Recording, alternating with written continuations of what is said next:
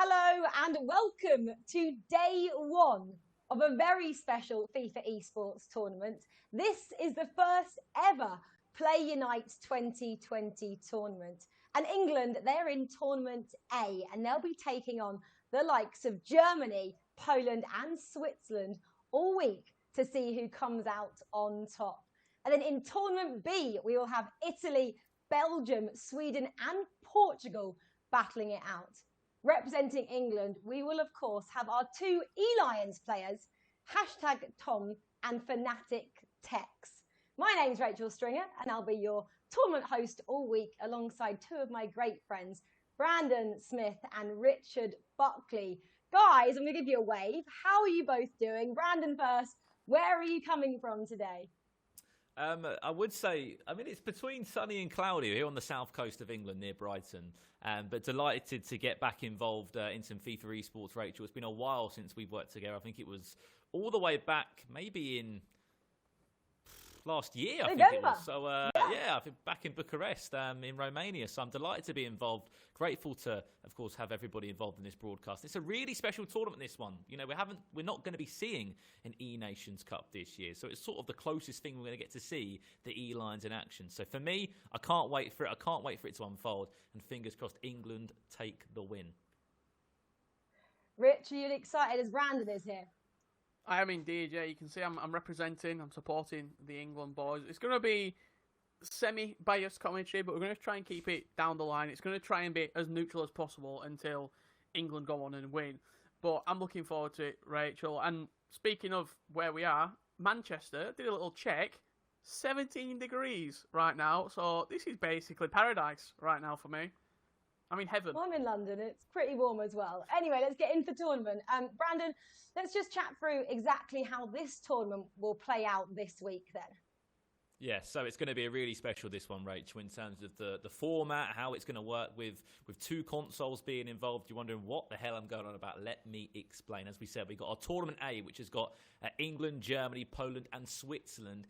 Each of those nations have an Xbox competitor and a PlayStation competitor. And say if Tekkz was to go and win his first game against Poland today by 3-0, and then Tom was to win his game on the PlayStation, it would be a combined scoreline of 4-0 for England, which would be just 3 points on the board instead of 3 points for each individual win. So it's sort of a combined scoreline with an aggregate overall winner. So that's how that's going to be played. And as we said today, England will be playing against all of those nations that I did mention in Germany, Poland and Switzerland. And they'll do it again tomorrow. So we're looking at, a potential of 18 points if England were to win every single matchup.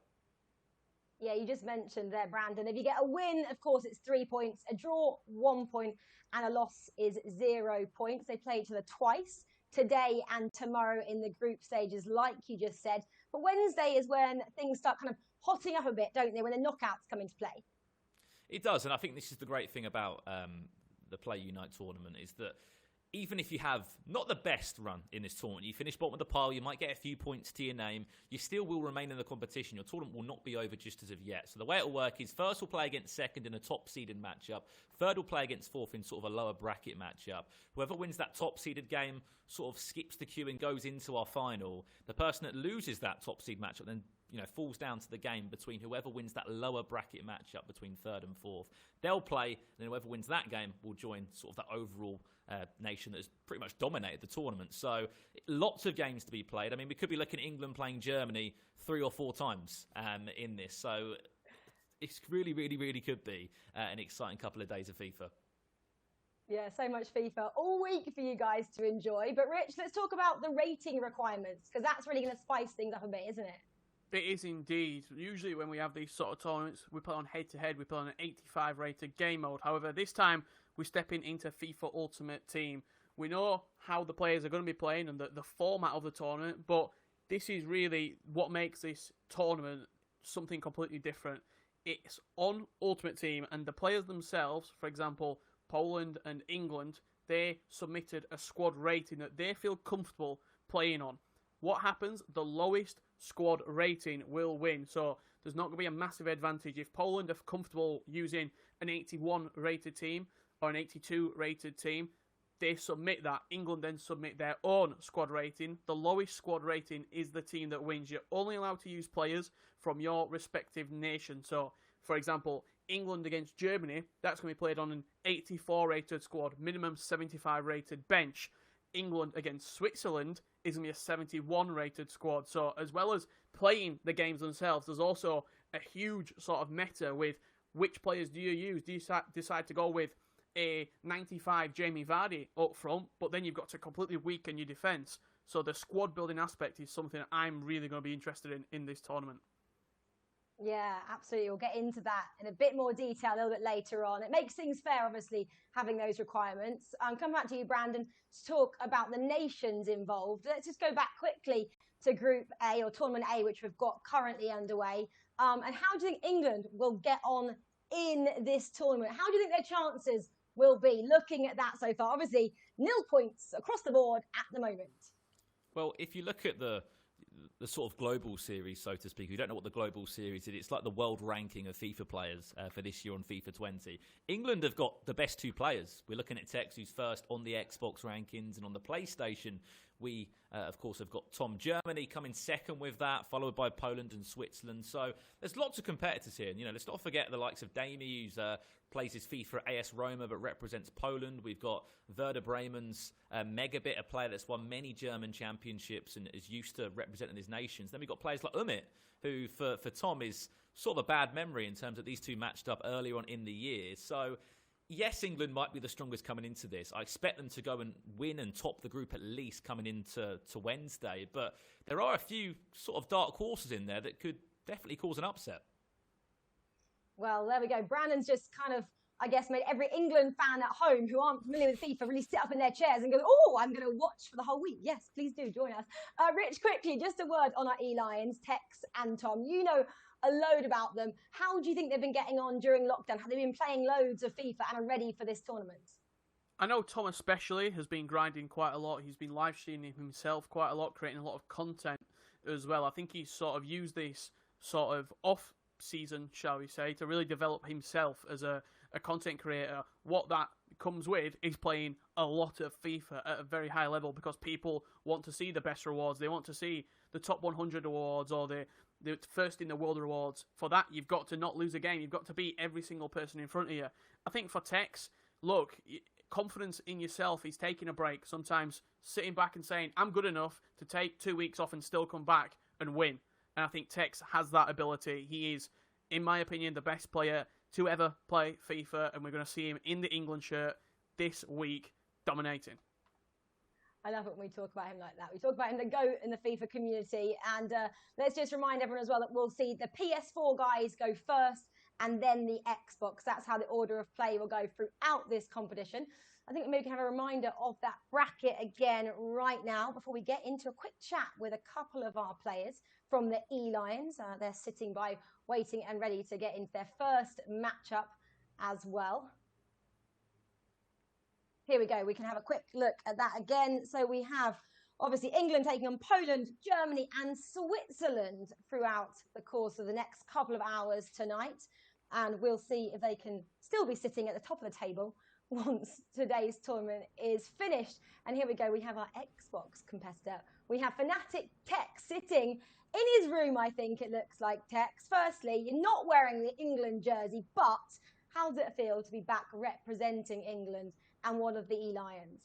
Nah, I'm excited. Last time me and Tom represented England, we got knocked out in the quarter-final, but I think we probably should have won the tournament, but things didn't go our way. So now I'm here. I've got John Joe Shelby in midfield, and I'm ready to hopefully win the tournament.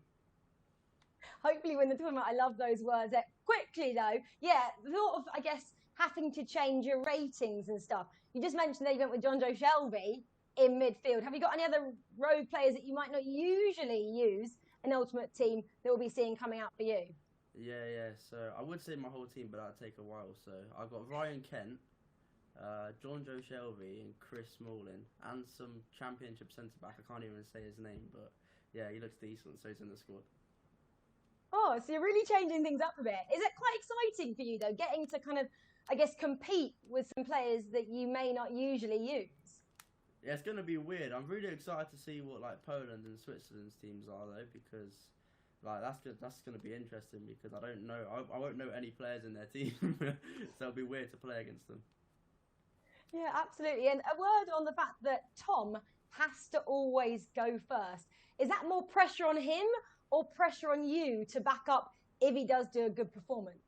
Nah, pressure on him because if I lose, if he loses, it's not my fault, and if he wins, then no, that'll be actually. I don't think it makes a difference, to be honest. But yeah, I'd rather him go first than me. Hopefully, he can go 3-0 up, and then I can keep the ball. Yeah, hopefully we'd love that for the eLions to bring it home this summer. We couldn't have the Euros. Let's bring a tournament home, play Unite. Also then, we're looking at Poland, Switzerland and Germany. Out of those three nations, who are you the most worried about? Germany, because Tom's playing someone who he's got bad memories of. So if he goes 1-0 down, then yeah, I'm going to have to come back against MegaBit. And I don't like playing MegaBit, but yeah, we'll see what happens. We will indeed. You look very chilled. You look very relaxed. You get to sit and relax for a little bit longer because the first matchup, like we said, is always on the PS4 side of things. So #Tom will be going first. So we'll say goodbye to you right now, Tekkz, and then we'll get into a little chat with our casters, Richard and Brandon, before the first matchup does get underway. Of course, it's England taking on Poland. Didn't Tekkz look very relaxed, guys? As he always does, Rich. What did you make of him there? Yeah, I mean, that's the persona, isn't it? He comes in super relaxed, almost like nonchalant in his approach. But I can guarantee he'll be watching that first game when Tom's playing and really looking into it and thinking, okay, what do I need to do? Do I need to go in with a different mentality? I think that's one of the big things. If you're going in, usually FIFA's played at a competitive level over 2 legs. Whereas now you need to make your point in 1 leg, really, because you don't really want to be handing over a loss. You don't want to be handing over a draw. You want to be handing over from the PS4 to the Xbox with a win, with a strong position for your teammate to take into it. And Brandon, quick word on the fact that he's using Shelby, Kent and Smalling. We're going to see, obviously, Tom put a few different players in his squad as well, but Tekkz using those players that he maybe doesn't particularly use day in, day out when practicing. Will that have much of an effect on someone like Tekkz? I mean, of course, there's a level of competition to this, but again, it's a great bit of fun. It's a friendly environment too. We know Tekkz is a huge Liverpool fan. Some of those players previously played for the club for a period of years. But on top of it, I mean, it's just we're going to see these teams change game and game after go to an 83 and an 84, and I believe we are ready to jump into our first game now, which will see Tom against Damie. As we said, it'll be England against Poland in that first one. So looking forward to seeing how that one will go. And to be fair, Rachel, it should be a really interesting first game of the day. I mean, I think we're ready for it, but I'm just going to put you guys on the spot as well. If you could pick anyone in your team right now, you see you got centre mid there, Shelby, who would you pick? I mean, for me personally, it's got to be the striker. I was talking to Tom, I was catching up with him before this tournament started, and he was telling me how this team has to be built around foot birthday Marcus Rashford, 5-star, 5-star. He has the complete striker. You play him and you weaken other positions. I can guarantee you, players like Nathan Redmond, John Joe Shelby, Chris Smalling, John Barnes, they wouldn't be in the team if you didn't have to have these restrictions in. But to get Rashford in, you're willing to take these sacrifices because he's that big of a big game player. I mean, the ability to have a 5-star, 5-star in FIFA is astronomical. Well, I'm going to let you guys discuss this throughout the tournament and throughout the week. But for now, let's get into our first matchup. England taking on Poland. Take it away, guys. Thank you very much, Rachel. And yeah, it should be a cracker, this one, Richard. I mean, you spoke about it briefly in terms of the teams we're going to be seeing. It's an 82 overall squad that has to be used in this one, Richard. And one player that we saw in there, we saw Rashford in there. We've seen a little bit of fun. Remember, this is Tom's team we're going to be looking at before we see Tekksz's.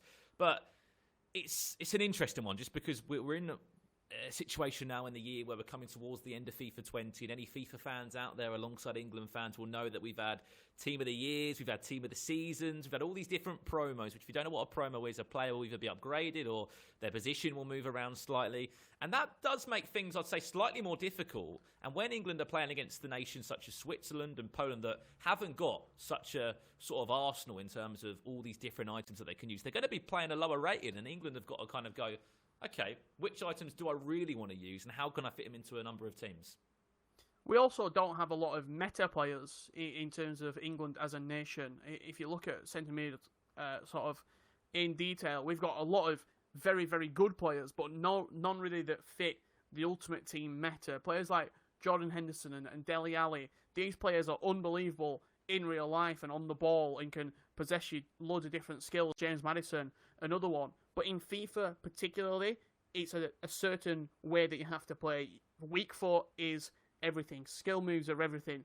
So these players sort of in Ultimate Team competitive games like we're watching today, a little bit pushed to the wayside. So that's why you're seeing Marcus Rashford at the heart of the attack. I guarantee you Rashford is in every single different variation of the squad, 84, 82 and 81, because he's that important in the team. And you take the hit with Inform Smalling, with 86 John Barnes. John Barnes is actually a very good icon. The base icon, John Barnes, he's quite physical as well, so you can sort of play him as that central cam, or even, I mean, I wouldn't necessarily, but you could play him as a CDM as such, or outside centre mid, because he does have that physicality. He can win the ball back in the midfield, but Gerrard and Shelvey, I imagine, will be the two holding midfielders for Tom in this first game. I mean, let's just talk about icons as well. We know there's a handful of them in FIFA, whether it's Rio Ferdinand, as you said, Steven Gerrard, Paul Scholes, Lampard, legends, of course, that played for England for so long. If you had to maybe pick three that you could somehow squeeze into your team, say if you could use any icon, say there's no sort of rating on it, what three English icons would be in your team? I think Rio Ferdinand has to be there. He's one of the, if not the best English centre-back on FIFA.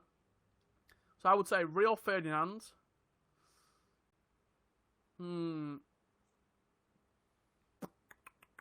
Ferdinand, Gerrard, and I'm actually going to go for big Alan Shearer.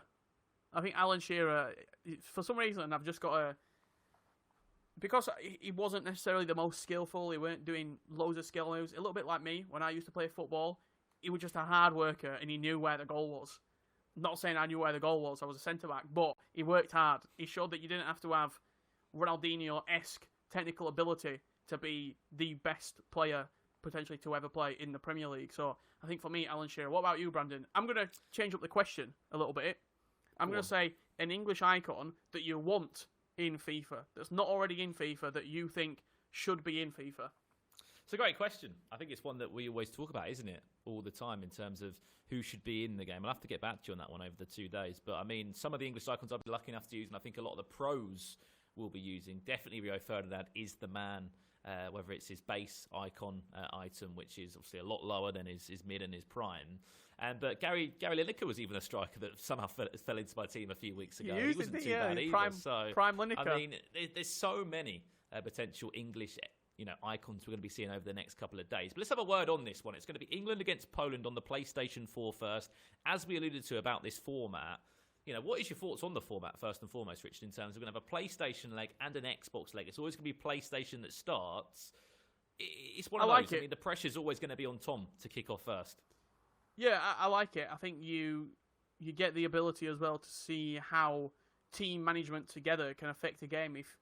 If one player is slightly stronger than the next player, for example, with this Poland team, you would say that Damie is the stronger player of the Poland team. So he's going out first. If he can get a goal against Tom, you then have something to defend in the second leg. I don't think that's going to be the case. I think Tom's going to take this game. I think it's going to be a comfortable, I would say, victory for Tom in this first leg. I've just thought of one, by the way. Slight regression. I'd love to see Peter Crouch. Peter Crouch as an icon in FIFA. I think he'll be class.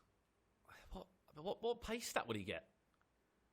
I mean, look, in his prime, Peter Crouch had a bit of pace about him. Like when he was at Liverpool, when he went to Spurs as well, he scored a lot of goals for England. Acrobatic as well, and then running into the corner and doing the robot. It's glorious, really, Brandon.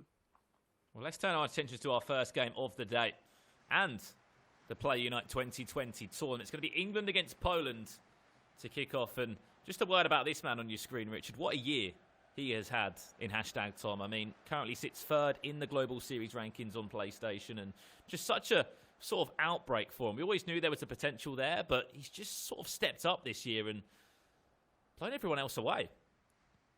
We can also see the chat as well across the different sites that we're currently streaming this on right now. And we've got a Chelsea fan in the chat. He says, we need Icon Terry. I think that's certainly one that would be on the wish list for a lot of England fans. Just a quick word about both of the teams in use here as Poland looks to have the first chance of the game. It is Damie. As we said, this man currently does sit 10th in the Global Series rankings, looking to go 1 goal to the good. If it isn't for our first icon that we will be getting just a little bit excited about, that's Rio Ferdinand, proving exactly why he's going to be part of so many people's teams across the next couple of days. Absolutely. I don't know if you saw who it was who was taking the shot. Lewandowski. He's the main man for this Polish side. He's got a 99 rated foot item in FIFA. And he is certainly the one to watch for this Polish side.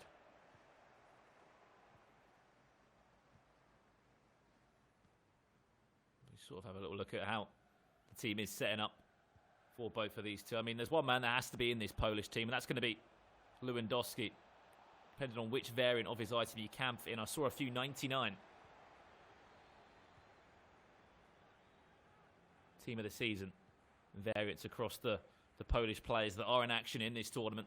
As we said, it's a best of one this, with an aggregate scoreline that will go across over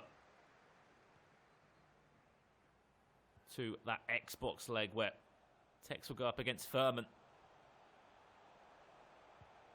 I think what's even more interesting, Richard, is that we've seen Poland put together 4 different players for this tournament. Every single other nation has only put 2 players forward. Poland put forward 4. Yeah, I think that's something where maybe they're looking to give their players a little bit of a run out, you'd say. Looking to let them play in a competitive environment ahead of FIFA 21 with the competitive season sort of coming to a close with the FIFA Global Series. It gives opportunities to other players that might not have had these caliber of opponent and this caliber of grandeur, shall I say, in events. An opportunity. Speaking of England, could it be a breakthrough for the Three Lions? Unfortunately, it won't be. It was Rashford, who we did mention is going to be involved in so many different teams, whether it's an 82 overall, an 84 overall, an 81 overall potentially. That man will be guaranteed to be a part of that 11 for England. And more importantly, for Tom, another shot comes in. It's off the post. Could have easily been the breakthrough. He knows the chances. And that's why you have him in the team. Very, very, very bright start. 22 minutes in. It's absolutely why you have Marcus Rashford in the team, because he can turn left, he can turn right. He is so clinical inside the box, that foot birthday Marcus Rashford. There's a reason he was so expensive on the Ultimate Team market when he was first released.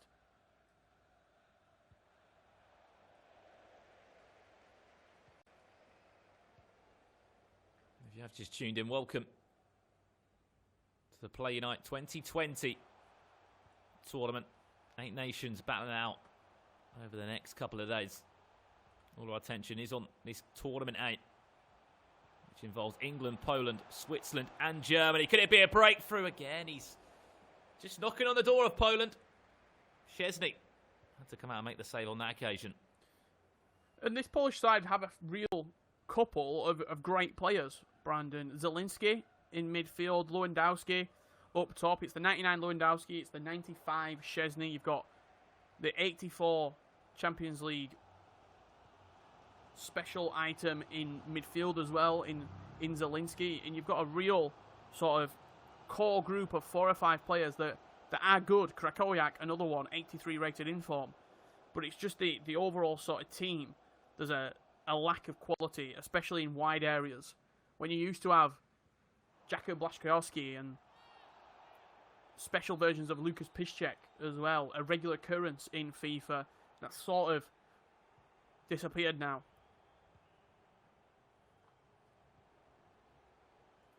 A third of this one gone, currently 0-0. One man that I'm sure will be happy to see that he's on the virtual pitch would be Jonjo Shelvey. Playing in the centre of midfield for this English side. Rashford.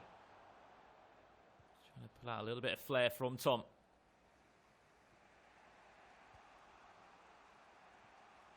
Let's not forget that these two would have matched up outside of this tournament. Two players that sit in such a strong position in the Global Series rankings on PlayStation. Have had fantastic years, both of them.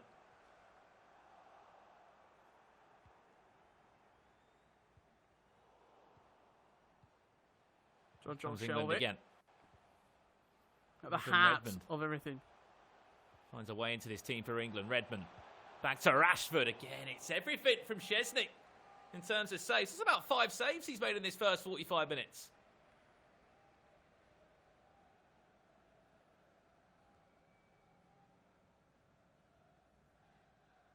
Certainly. He's one of Poland's strong points.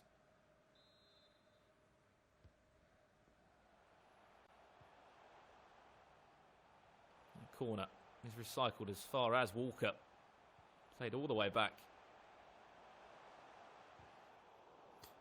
And this will also be a sort of out of the norm experience for Tom as well, using players like informed John Joe Shelby, informed Nathan Redmond, even the majority of the England players. When you've got such a meta squad and a competitive squad, does Tom have, with 98 and 97 rated players and the high-end prime icons, when you're playing to a squad restriction of an 82 rated team with a minimum of 75 rated on the bench, it means that in certain areas you do have to lower that average rating, and you've got to take a few risks.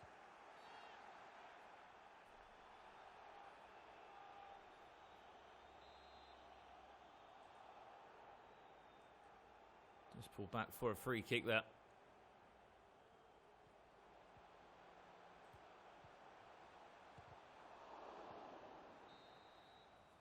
There goes the half-time whistle. Currently 0-0 the score between England and Poland. Using his teammates T4 in FIFA. Is Tom there at half-time. Possession 64% in his favour. He probably feels a little hard done by that. He's not scored a goal, hit the post as well.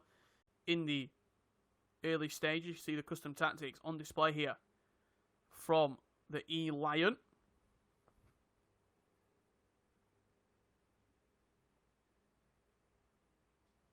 A 4-2-3-1 in action. John Joe Shelby and Gerard being the sort of two anchors for this team. Looking at the bench, Charlie Austin there. There's no bronze benching allowed.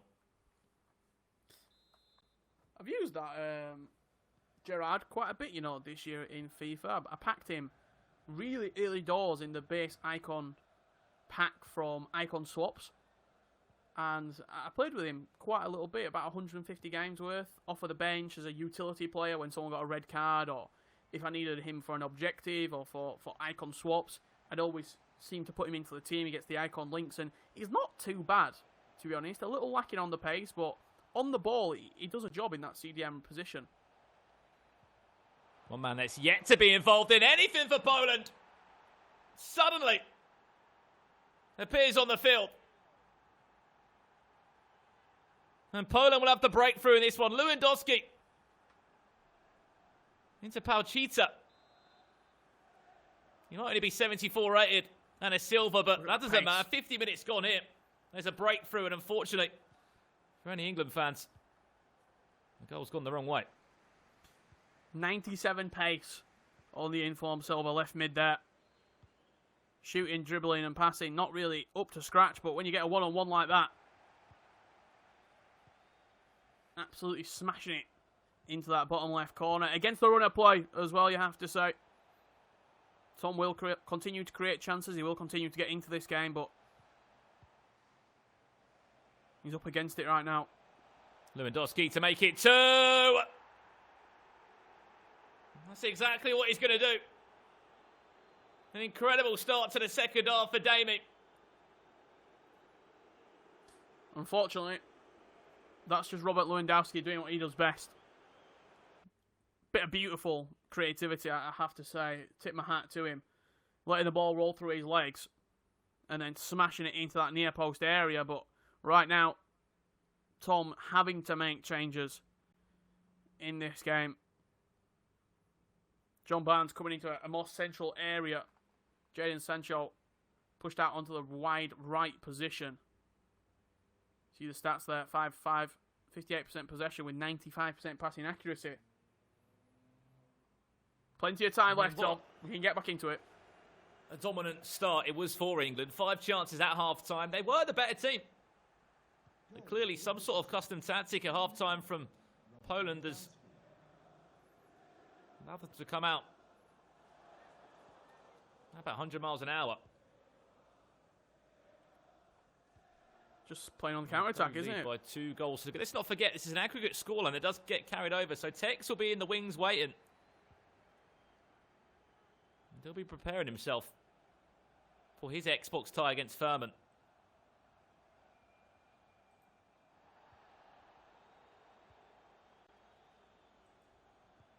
Poland. Looking to make it 3, and 3 goals to 0. It certainly will be the scoreline that England were after. The ball goes forward. It does bounce back, but not in the favour of Marcus Rashford. That's so unfortunate. That ball just bouncing away. I feel like all the bounces have gone against England in this game. That one right there bounces into the path of Robert Lewandowski. One of the most lethal finishers in FIFA. Really, really unfortunate. Bounce into Robert's path there, but he smashed it into the back of the net. He's the one man you just don't want to get on the ball. Robert Lewandowski, 99 overall, that team of the season variant. And I mean, this is what this Poland team's all about, Richard. Yes, it's got pace. It might have the best rated players, but it's all about getting it into him up top. He's the out-and-out striker that can offer you so much. He's such a strong presence in the air, but also in front of goal. That's simply it. Ridiculous. If he plays well, he wins. If he plays well, Poland wins. That's quite simple.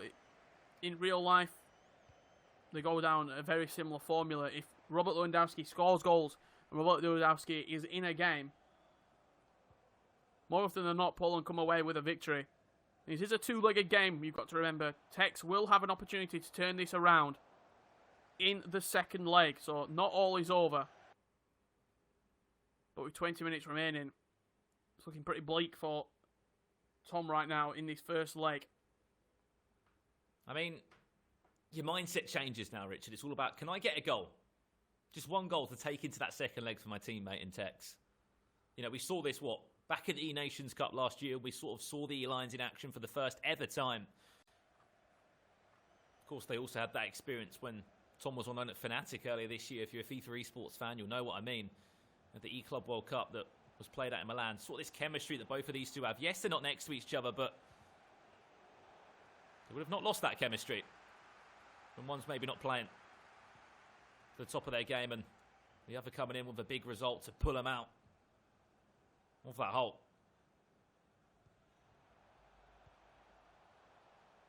If Tom can get 1 goal, even 2, there's plenty of time left, just under 20 minutes. Yeah, without doubt, there's opportunity left in this game to get a goal back, and with it being 2 legs, all you need is 1 goal to give Tekkz a little bit of an advantage and something to play for in this game. What a block that is. Bodies on the line for this Poland team. It's just that final ball, isn't it? You could see the reaction on Tom's face when that ball didn't go through.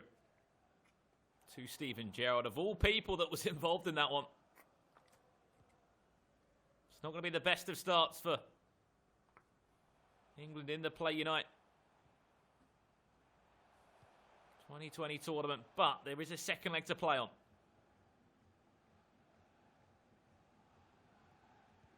And there's one man that you'd want to sort of put the pressure on as well. That would be Tekkz. Number 1 ranked in the world on the Xbox. Player that's achieved so much for both his team and nation. Yeah, for club and country, he's both played very, very well.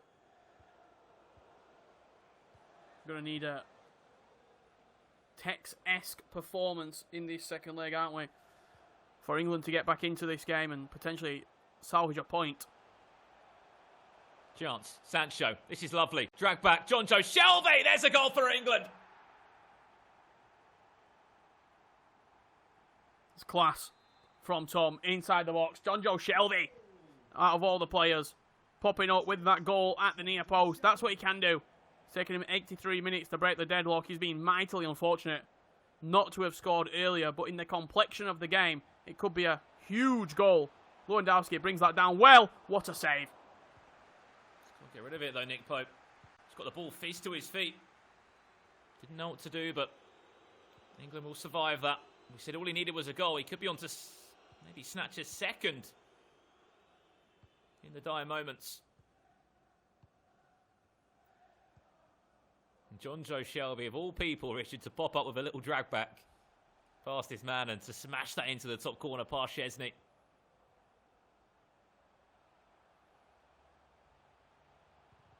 You wouldn't have predicted it.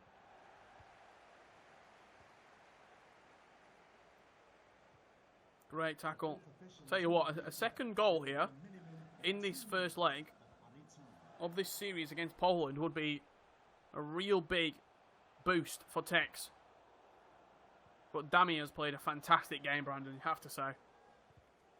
Yes, I think that will just about do us, Richard, for this first leg, unless the referee will play one more attack chance. Marcus Rashford, there's a cutback. That's a massive goal on the dying seconds of additional time. Class. Throw it back a couple of years.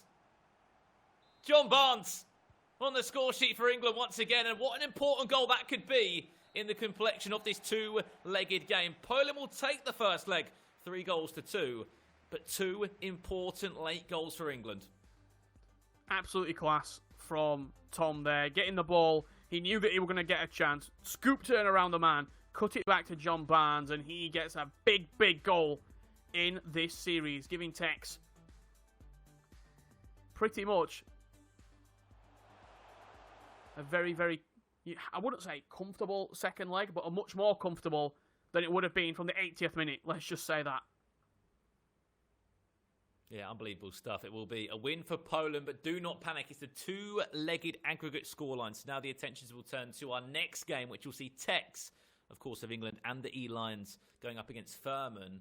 But looking at those chances, Richard, looking at the sort of overall matchup, the first 45 minutes were dominated by England. And then it's just sort of at half-time. Something obviously changed with Damie's in-game tactics or instructions. He came out.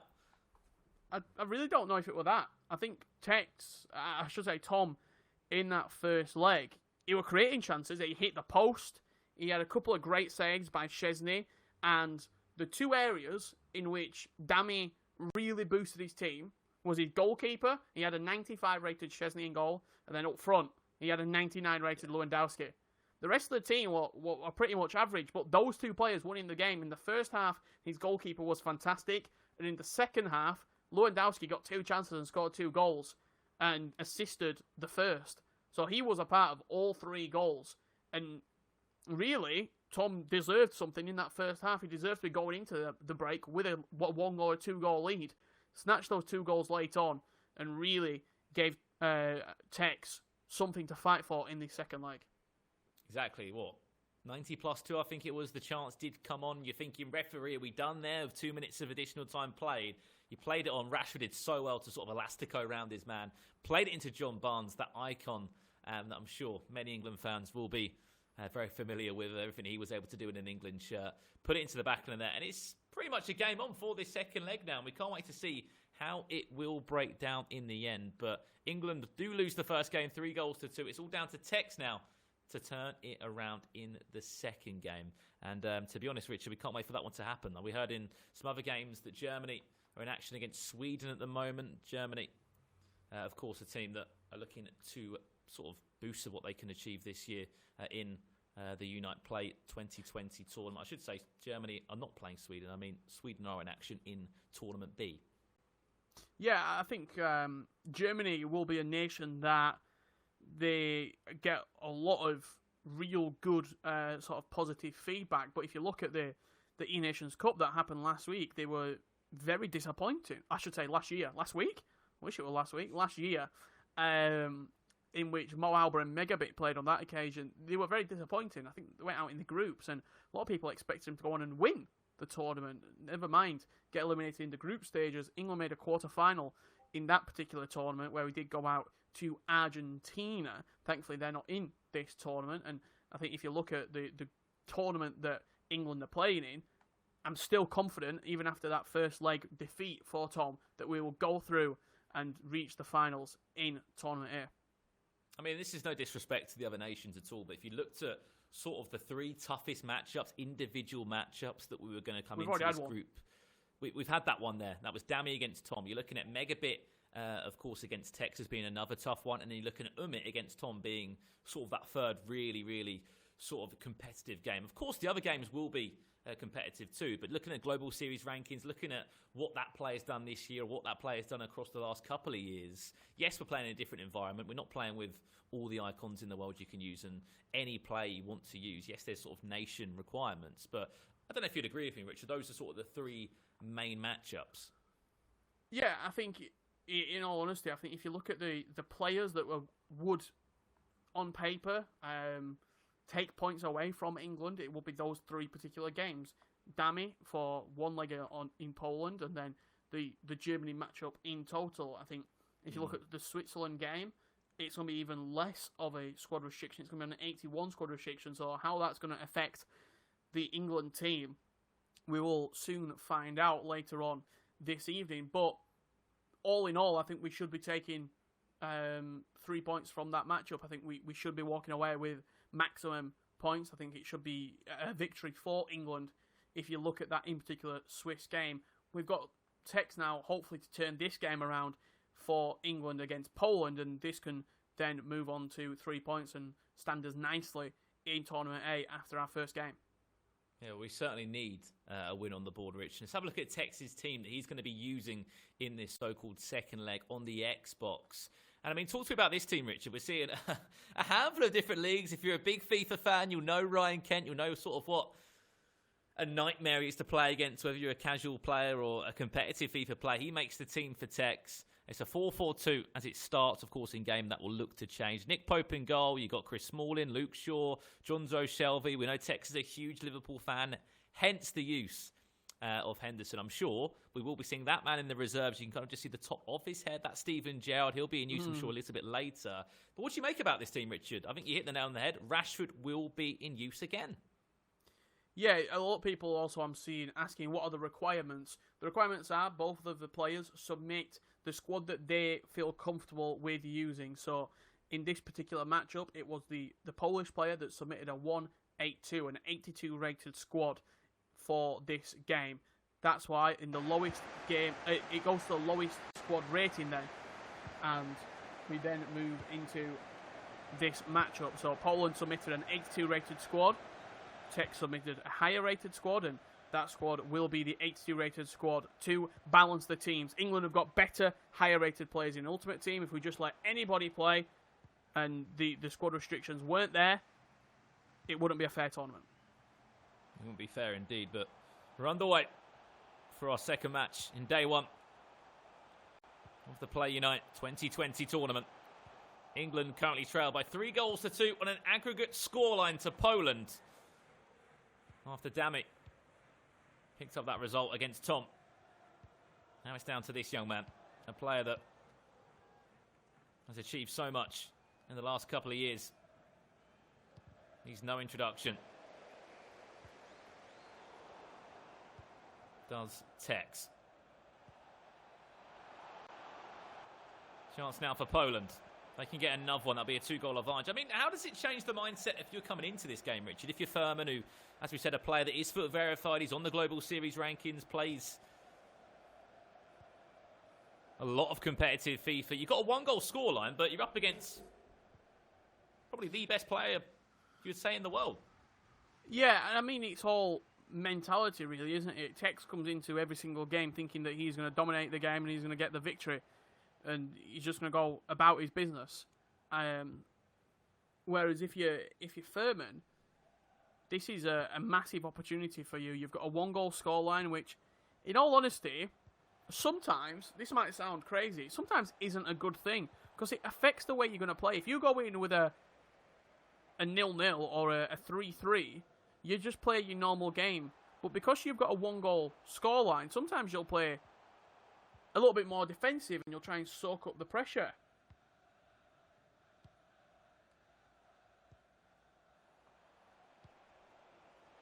Just do not let Lewandowski have a few yards. We see what he can do. We've witnessed how deadly he can be. I think it's quite a strategic system that Poland have tried to line up here. And yeah, I think you've hit the nail on the head. It's a great format, the way you can pick a squad rating, because Poland and the Switzerlands are not going to be able to sort of get to the levels of an 85 overall squad, or they might be able to, but if England were allowed to do that, you know, it's certainly probably going to be a little bit more unfair. Speaking of that Poland team, strong goalkeeper in Szczesny, 95 overall, as you said, that team of the season variant that he does offer you. Speaking of Jadon Sancho! What a chance. Jadon Sancho walking through that Poland defence. Beautiful elastico, and then the close control on the left stick.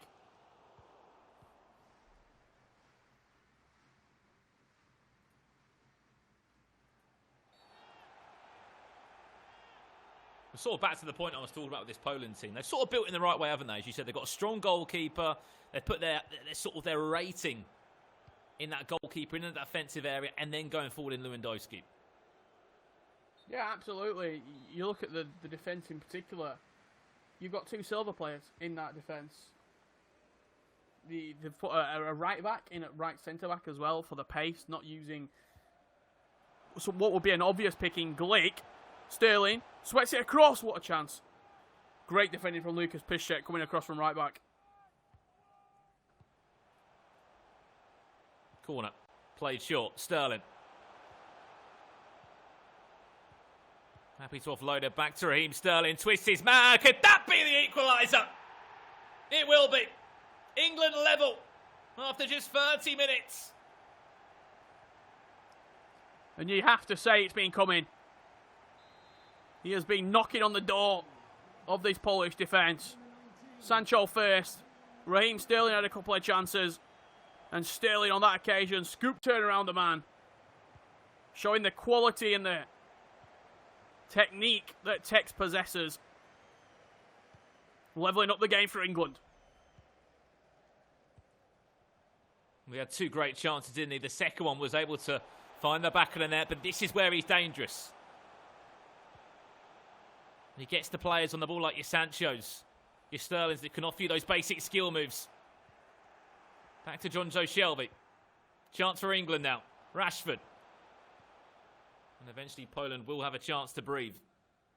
Look at the press though. So high up the pitch, Sterling. As soon as it's kicked out, contesting the ball. And the thing is, all of the players can do the skill moves. It's just the pace in which Sterling and Sancho and Ryan Kent perform the skill moves that's deadly.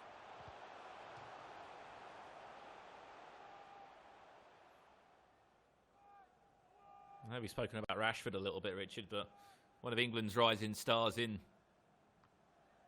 the team for both Tom and Tekkz has been Jadon Sancho, another player that they have said is a must. Yeah, where necessary, you have to use Jadon Sancho. He's quite a good player to use because he has a lot of different foot items. He's got a central player, which is a centre attacking mid. He's got a right midfielder, and he's also got the team of the season right winger. So on those higher rated squads, you might be able to fit him in. You might be able to get the 96 Sancho into the team. On the lower rated squads, use the 86 or the 87 where necessary and try and fit him in.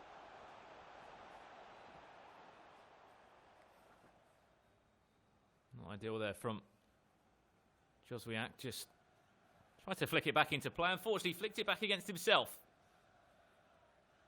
Nick Pope into Smalling. That one does work out. Added time of just 2 minutes in this first half. Currently the score sits at 3-3. It's an aggregate scoreline across the PlayStation leg and the Xbox leg.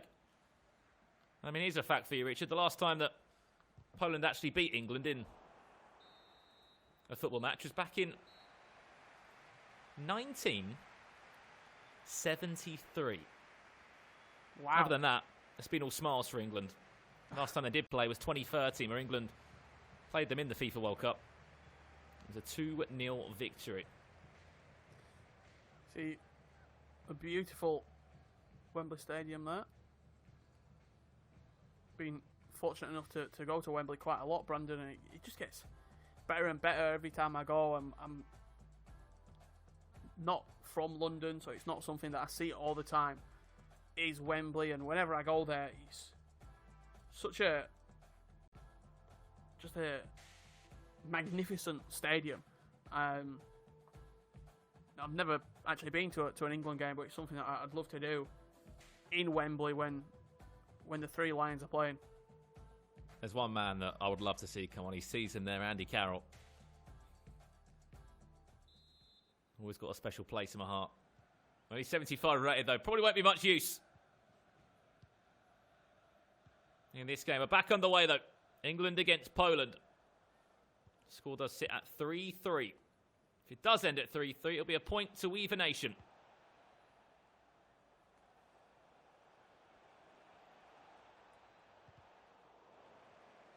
You've been to a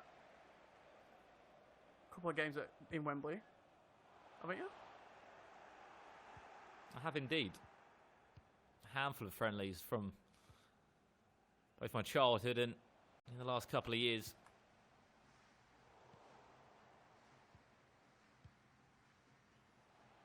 One man we haven't spoke too much about is this man on the ball, Richard, Ryan Kent.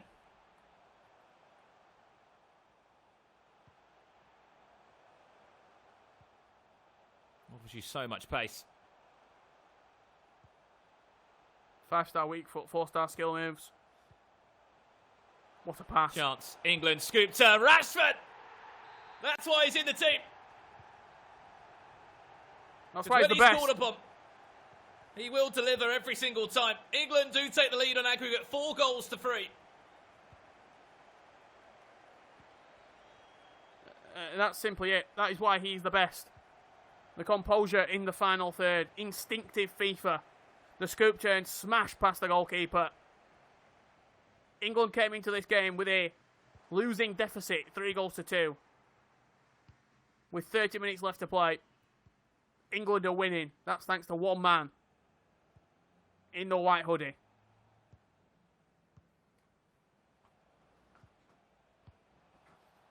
It makes you think back to that last game, Richard, against Damie for Tom. If he didn't get that extra goal in the dying moments, this goal now that went in, we've only made it 3-3. Absolutely. Those two late goals were really, really important in this series, because also, if Tekkz comes into this game with a 3-goal deficit, it changes the way he needs to play. He has to play a lot more aggressive. Whereas at a 1-goal deficit, you can sort of play your own game. You don't have to really change too much.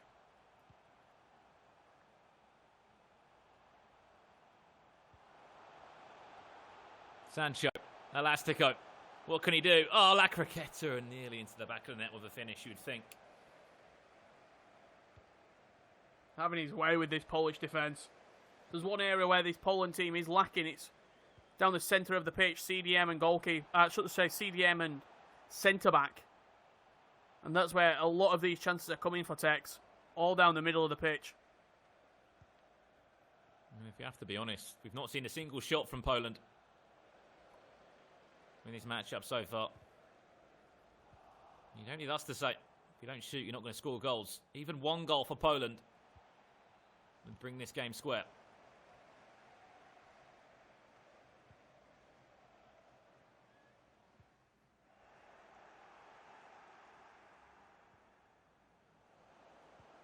It would be honours even as well, a point each.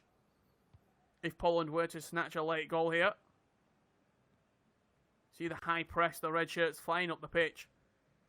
Tekkz doing well to play out of it.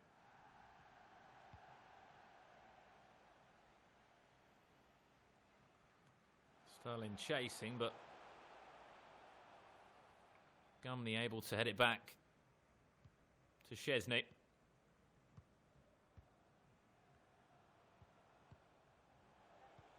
To see a bit more from Furman. Let's go out for a corner. Aaron Wan-Bissaka getting in the way, but whipping it all the way across. Corner played short into the feet of Jordan Henderson. Just had word as well on the other game in this tournament, Richard, and that's Germany against Switzerland. Germany taking an overall win of 4-2. That'll be 3 points on the board, and they'll be top of the group.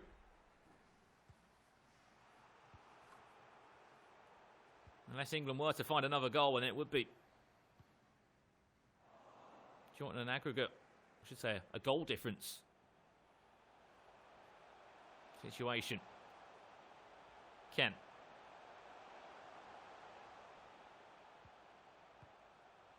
To Jonzo Shelvey. Rashford. Can he play that one more pass into Jadon Sancho? He'll twist. He'll turn. He'll find the back of the net. Just so good, isn't it? Watching Tekkz play FIFA, the way that he manipulates the ball inside the box. He's got it on strings. He's a puppet master. He's having his way in this second leg tie.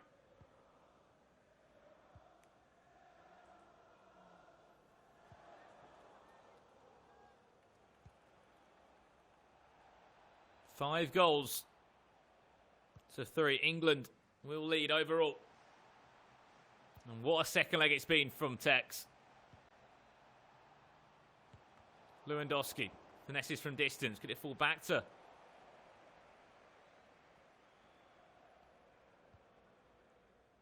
the Poland strike? Unfortunately not.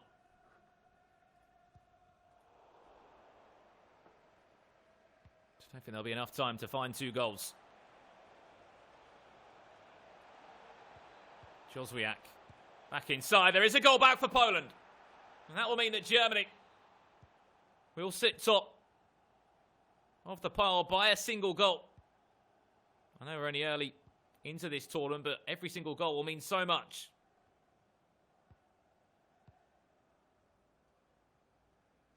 Late goal for Poland, surely not. I mean, this would be heartbreak, wouldn't it? If they were to snatch a point. Ball goes out wide. To Gumney, out for a corner it goes. This is the last chance of the game.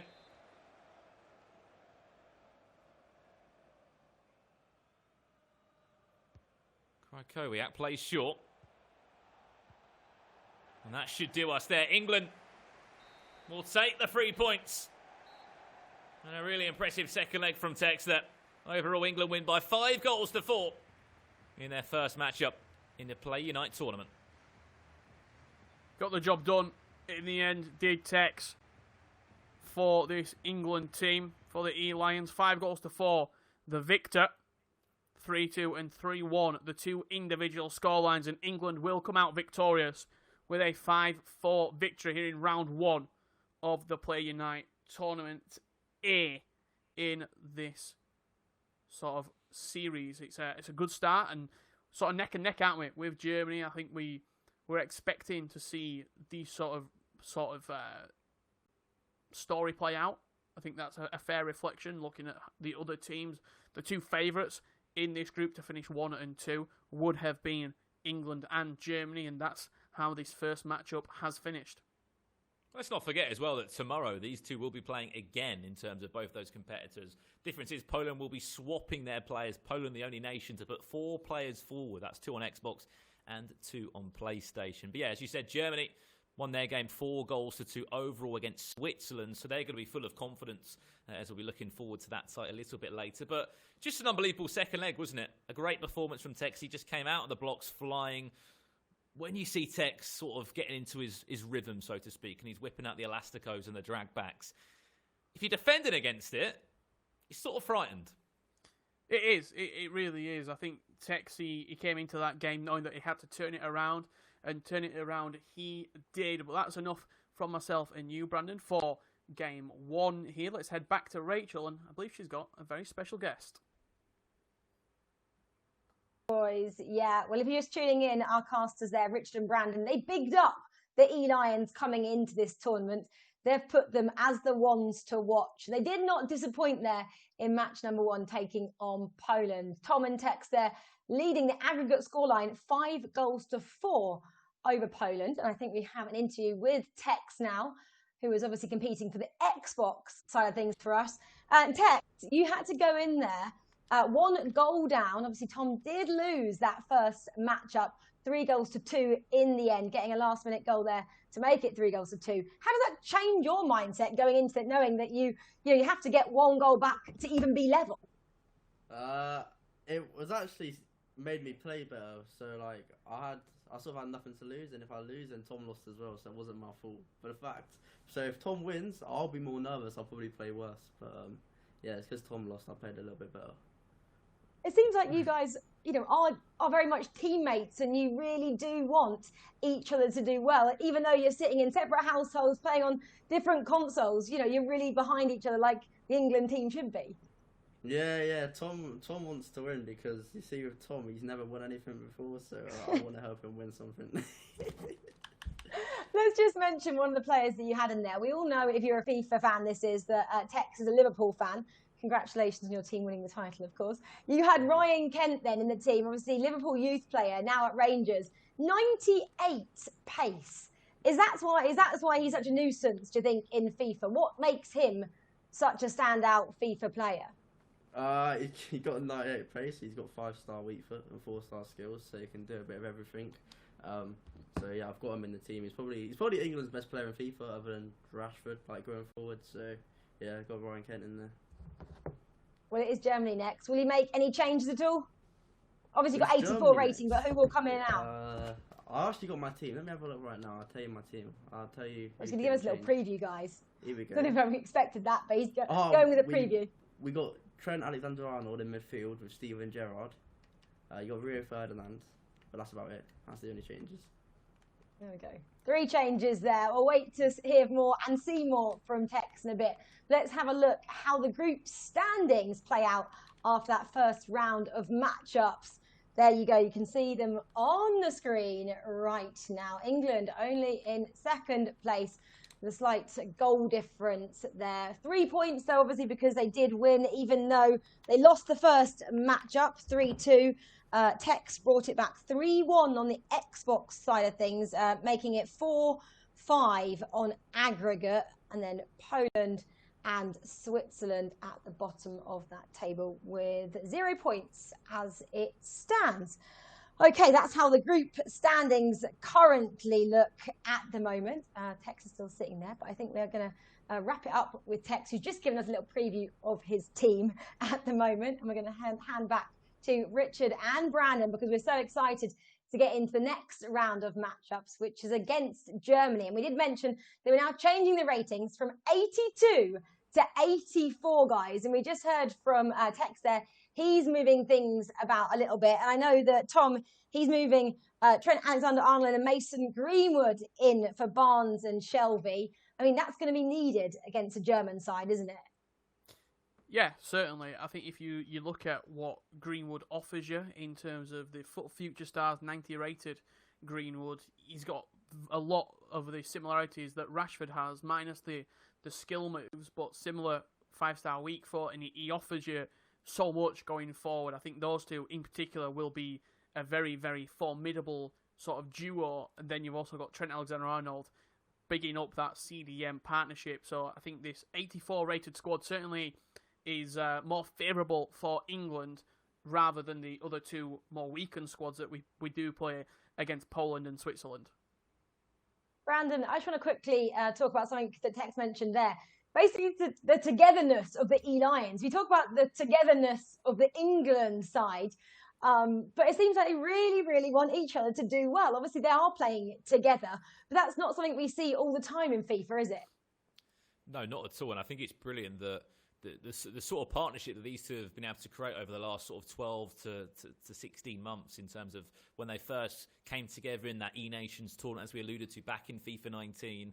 And although that maybe Tekkz was in at one game, Tom did deliver when he came through with a result, obviously because it was in the exact same way of an aggregate scoreline over 2 legs. And then we've seen it there. Tom may have felt very much hard done by with the chances he had and the chances didn't go into the back of the net, but when he needed to call upon his trusty teammate in Tekkz, he was able to do so. And I think we're very much lucky, England, to have the duo that we do, because if you look at other nations, they've got a handful of players that you see them pick, and they always sort of keep it fresh, and they always move it around. But I think England have done the right thing in terms of keeping two strong players, as we said. We're very lucky to have them as part of the eLions, and they're so deadly. I don't know what you think about that, Richard. I would go on to say as well, Brandon, I don't think anyone is arguing amongst the other players that these two are the eLions. They're the best players in England. Yeah. The Global Series supports that, and their performances support that as well. We've got the best two players in England representing England at these tournaments. I think it's fantastic to see, and hopefully we can go on and get the victory in this next game against Germany. Well, we got the victory in the first game against Poland, but Germany, they got their victory as well against Switzerland. Here's the second matchups coming up now. It is Germany taking on England, and here is Tom's lineup for us. We just said it's moved from 82 to an 84 rated team. Boys, take this one away. Yeah, so you sort of see the team there. Yeah, on the screen, Brandon. I think the big change for me, is Tomori coming in at centre back as well. The FUT Future Stars Tomori instead of Chris Smalling. Out of all the changes, I think that is the big one. He's got more pace, more defending, more physicality. He will make that defence a lot sturdier. I mean, if you look at the team difference, we're looking at an extra 2 ratings here if you don't know what we are talking about. Obviously, both players have spoke about the rating. I think it was Germany that actually said they wanted to play an 84 overall score, which would mean that England have to come down to that level now. But just a quick word on Germany's last game. Umit won his game by just a goal to nil, Richard. And it was a 3-2 victory for MegaBit. So that was a bit more of a high-scoring affair, 5 goals in it. Germany still picked up the 3 points. But such a rivalry this between two nations in terms of the beautiful game in football. We see it also in FIFA eSports as well. Germany picked up their first ever FIFA eWorld Cup just last year with their player Mo Alba, of course, is a player that has represented Germany. And if it wasn't for an on-form Umit, he certainly would be the man in sort of the chair. He represented them in the E-Nations Cup last year. But Germany, look at Umit as a player just for a second. He's so young, and the fact that he's their PlayStation representative is pretty remarkable. They're always bringing through this new talent, and so is England on that as well. Look at Tekkz, who came through the ranks just a few years ago. So much sort of talent that is still coming through both of these nations in terms of competitive FIFA. Absolutely, yeah. You've seen Umit and what he did at the FUT Champions Cup Stage 3 and Stage 4 in particular. I think Tom wants revenge. The big thing in this tournament, he's not played him since he got knocked out in the PS4 finals. We saw the names of the players, but in particular, I want to see the particular in-game items. What versions of the players is he going to be using? We've got the opportunity to see Tom's team, on the screen right now. I was talking to him earlier in the day about what players he wants to use for this 84 rated squad.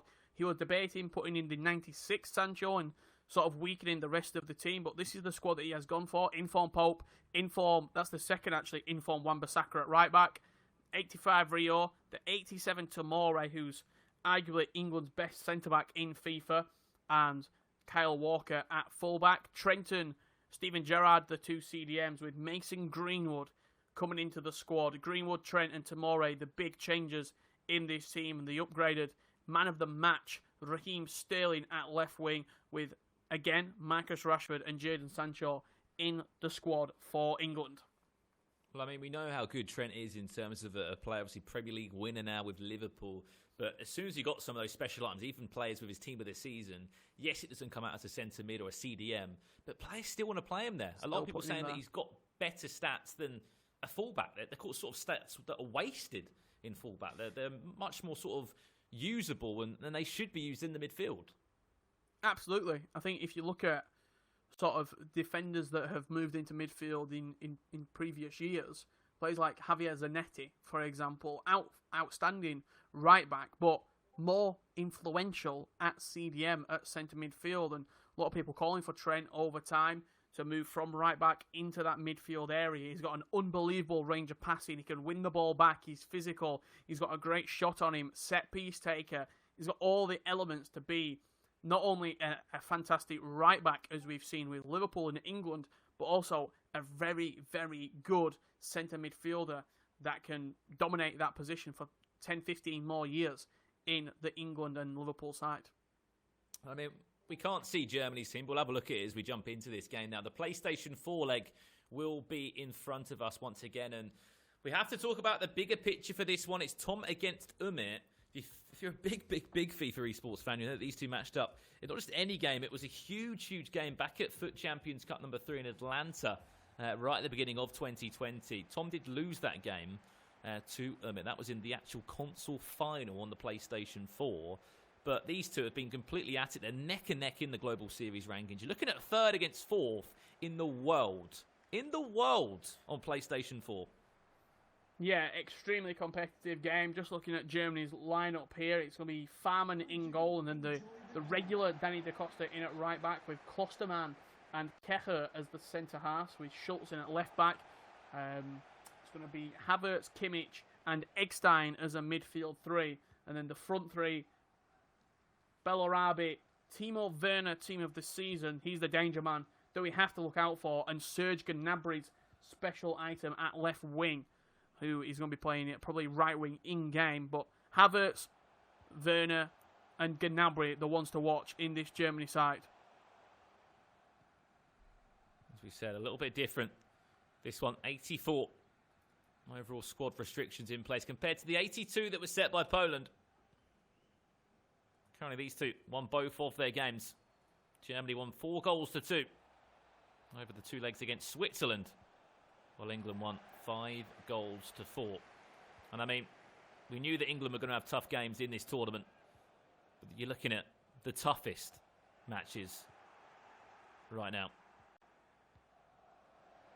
Absolutely. This is as hard as it's going to get, in my opinion, in the tournament. That's a fantastic ball. We talked about Timo Werner being the danger man. What a tackle from Rio Ferdinand. Unbelievable stuff. And I mean, we speak about these nations matching up against each other in huge football tournaments, international friendlies. These two nations that have played the most in terms of meetings. 32 times they've matched up, with performances near enough evenly split. However, on the virtual pitch, in the Play Unite 2020 tournament, which way will this result go? And the best of all, Richard, we do it all again tomorrow. So even if England were to maybe only get a point from this one, they'll have a chance to do even better tomorrow. Yeah, chance to play all these fixtures again. If you see in the top left corner there, the 3-3, that's from a previous matchup that's not related to this tournament. So the scoreline that you want to be focusing on is the one that says 1-0 to Tom and England. Great finish from Jadon Sancho. Goes 1-0 up in this grudge match against Germany. I mean, you have to give him credit in terms of how he built up into the attack, Richard. He was twisting and turning with Jadon Sancho, but more importantly, he was very patient in the attack. He was waiting for the right time to get forward and then pull out a scoop turn or a handful of basic skill moves that are so important. The drag backs, the scoop turns, the ball rolls. England will lead in this one by 1-0. And Jadon Sancho, a player that has proved his worth just 3 matches into this tournament.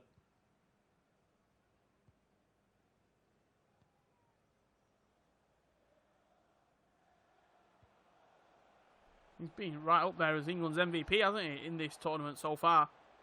Jadon Sancho. I think Tom's got something to prove right now after losing that first game. Oh, this is nice from England. Jadon Sancho wanted to try and find a way around from the goalie. I don't think Rashford understood that he actually got past the final man in that Germany back line. Didn't expect to. Past the final man, so instead laid it off to Jadon Sancho, and on that occasion England unable to find the back of the net. Here's Kai Havertz into Bellarabi, chance for Timo Werner to find the equaliser. He's done so well. Germany find a way back in it, and you said, Richard, watch out for Kai Havertz. Yeah, the 3 players that I all said would be dangerous. Havertz, Werner,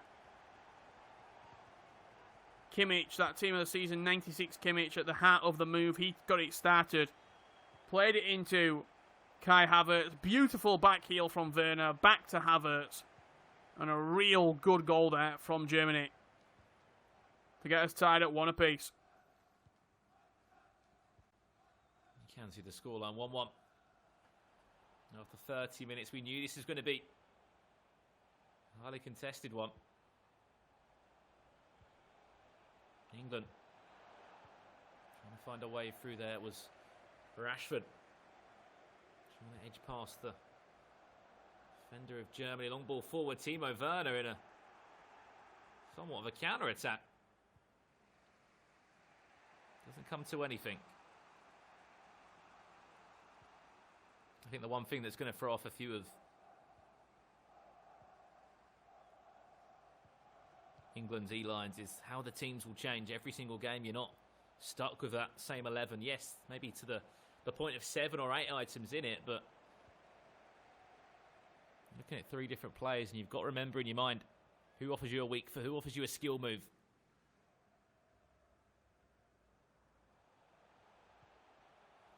And that's where it really goes to the finer details. Which of the upgraded foot items, for example, the foot birthday, Eggstein, he possesses the weak foot and skill move upgrade. So he gets into the team over the likes of a Thomas Muller, for example, who the casual player potentially would pick, or Mats Hummels in the defence, Jerome Boateng. You can put Klosterman at centre-back, who's got over 85 pace and can certainly do a job there for a much lower rating.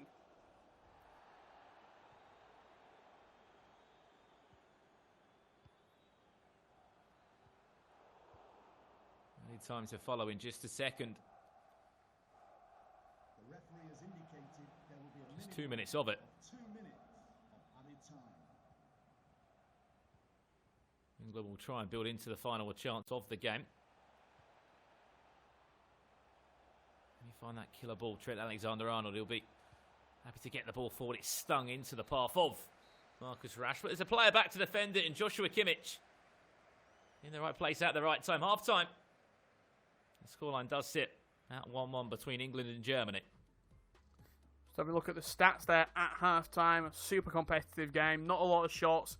Both players with over 94% passing accuracy at half-time as well. I'm not sure if Mason Greenwood out at right cam is the play for Tom here. He's moved him infield as the central attacking midfielder, just behind Marcus Rashford.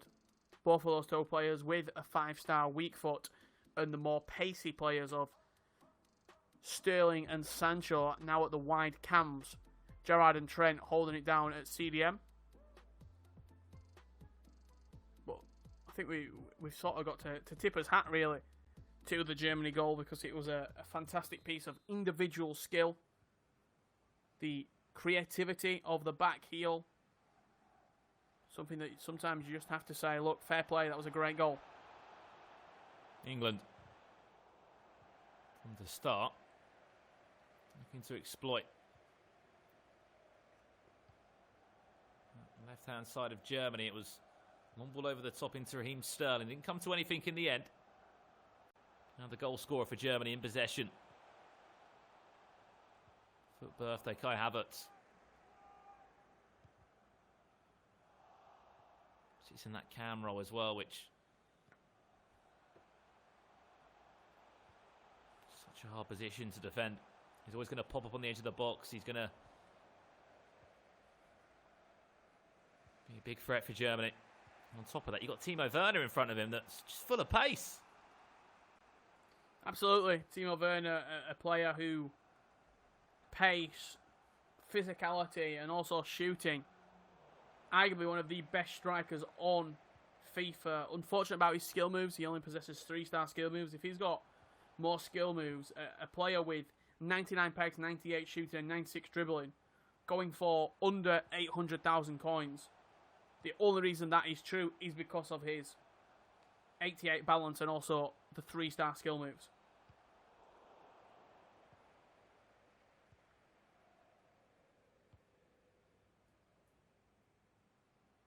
Switch of play to Aaron Wan-Bissaka. Who's going to find the next goal in this one? Will England take an advantage? Because there's one thing you probably can expect in our next game. That's going to be goals. We're looking at two very high-scoring players in MegaBit. And, of course, England's very own Tekkz.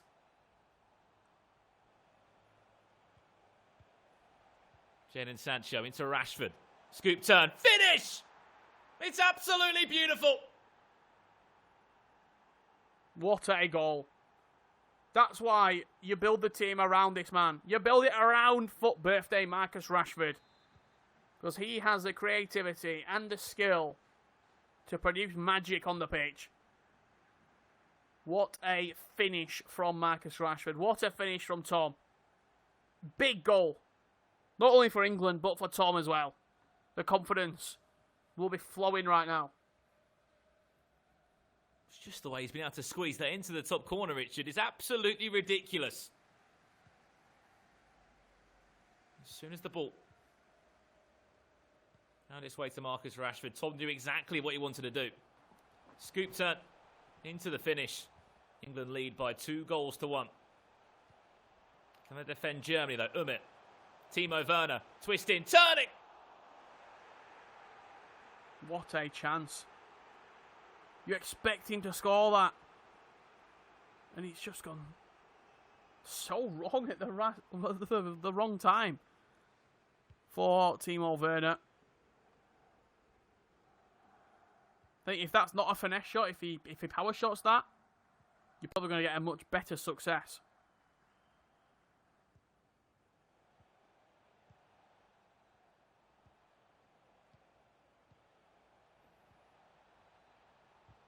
England will come again with numbers and a lot of pace going forward. Sterling tried to just link that one into Marcus Rashford. Wins it back, though. Just looking at that attack, you got Greenwood, Rashford, Jadon Sancho, Sterling. So much going forward. Here is Greenwood. I'll tell you what, that was arrowed. He hit that with some venom, did Mason Greenwood on the edge of the box there.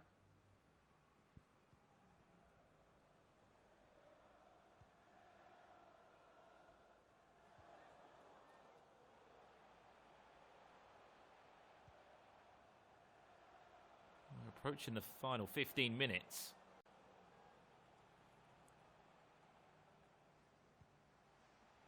Germany. I'd like to take someone into this, but this is a big one for Tom. He's said matched up against Umit previously this year. He wants to get a win on the board. Not just for England, but for himself. As I said, a player that's literally next door to him in the Global Series rankings. The world rankings for PS4. Tom sits in third, Umit sits in fourth. That's rushed. Those two passes there back to back. The first one he got away with it, but the second one far too rushed from Umit. Tom winning the ball back with 10 minutes left to go. In a very, very good position right now. Are England. If they can get one more, they'll be looking even better. Slightly offside was Aaron Wan-Bissaka. Slightly too keen. Just pull away from the defender.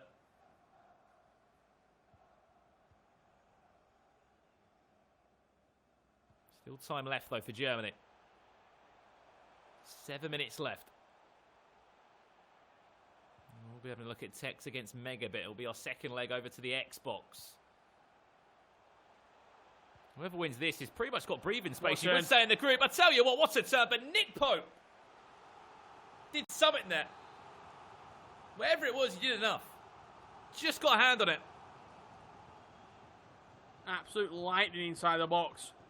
Ace Timo Werner, he turned, he'd done a drag back, he'd done a fake shot. All within the blink of an eye. Yet Nick Pope just got something on the ball.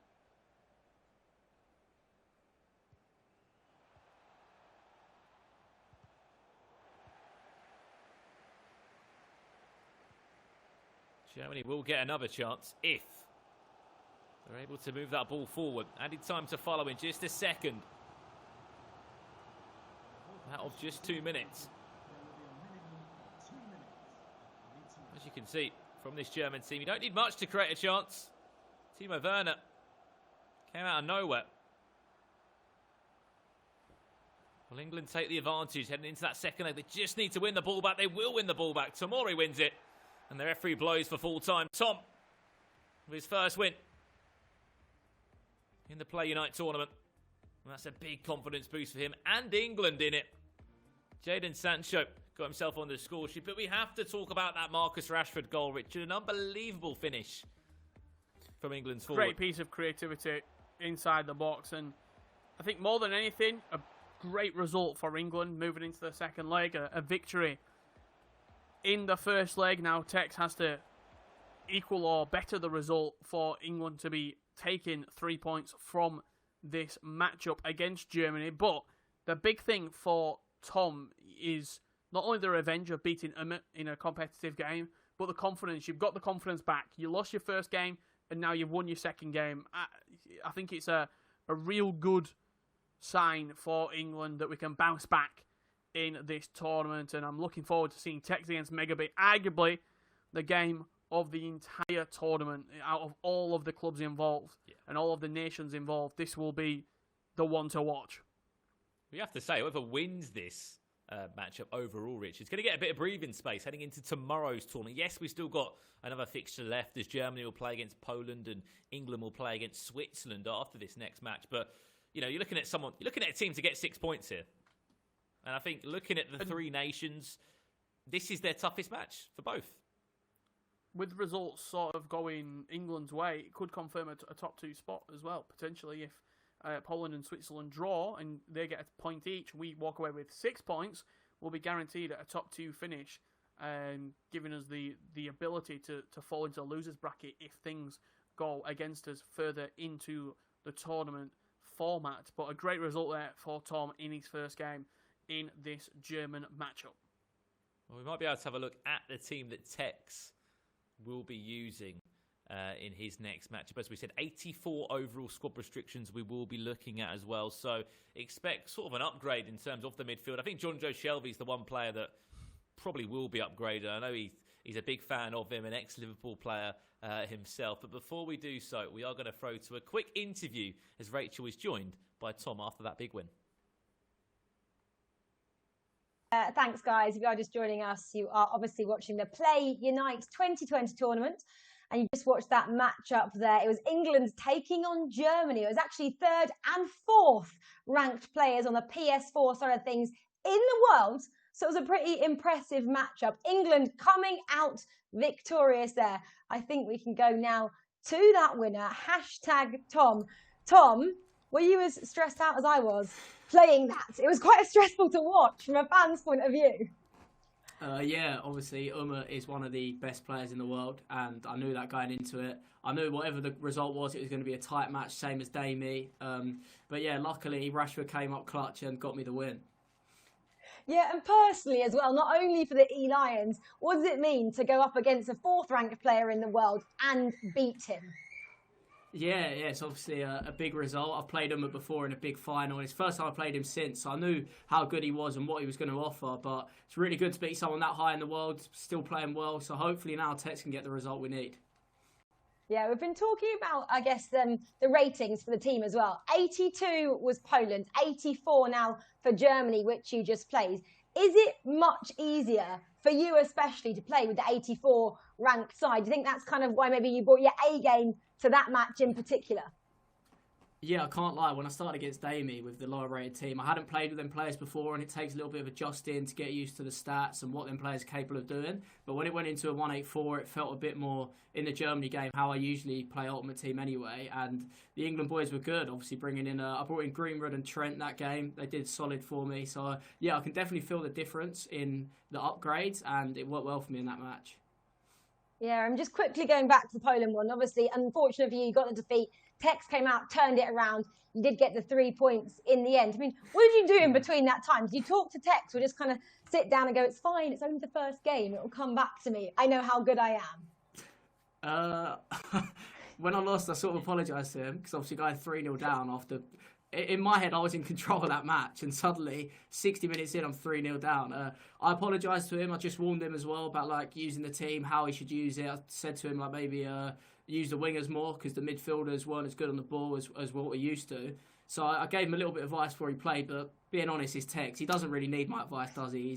He's a freak of nature at the game, and I think he showed it when he played against Poland.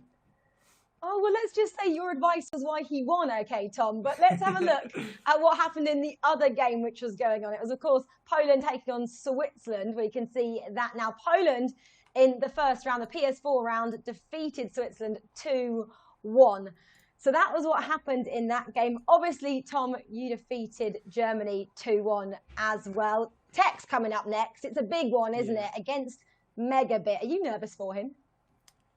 I wouldn't say nervous. I always trust him, but I'm aware that one goal, in my head, it's basically a draw at this point. You know, like 1 goal leads, especially in FIFA, they're not too much to hold on to. Tekk's got to play a whole nother leg. So I think it'll be a tight game, and MegaBit's very, very good as well. We know how good the German roster is. I think Tekkz will win. Obviously, I'll back him in any occasion. But yeah, I'm not getting too carried away in my win yet. We'll celebrate after Tekkz wins.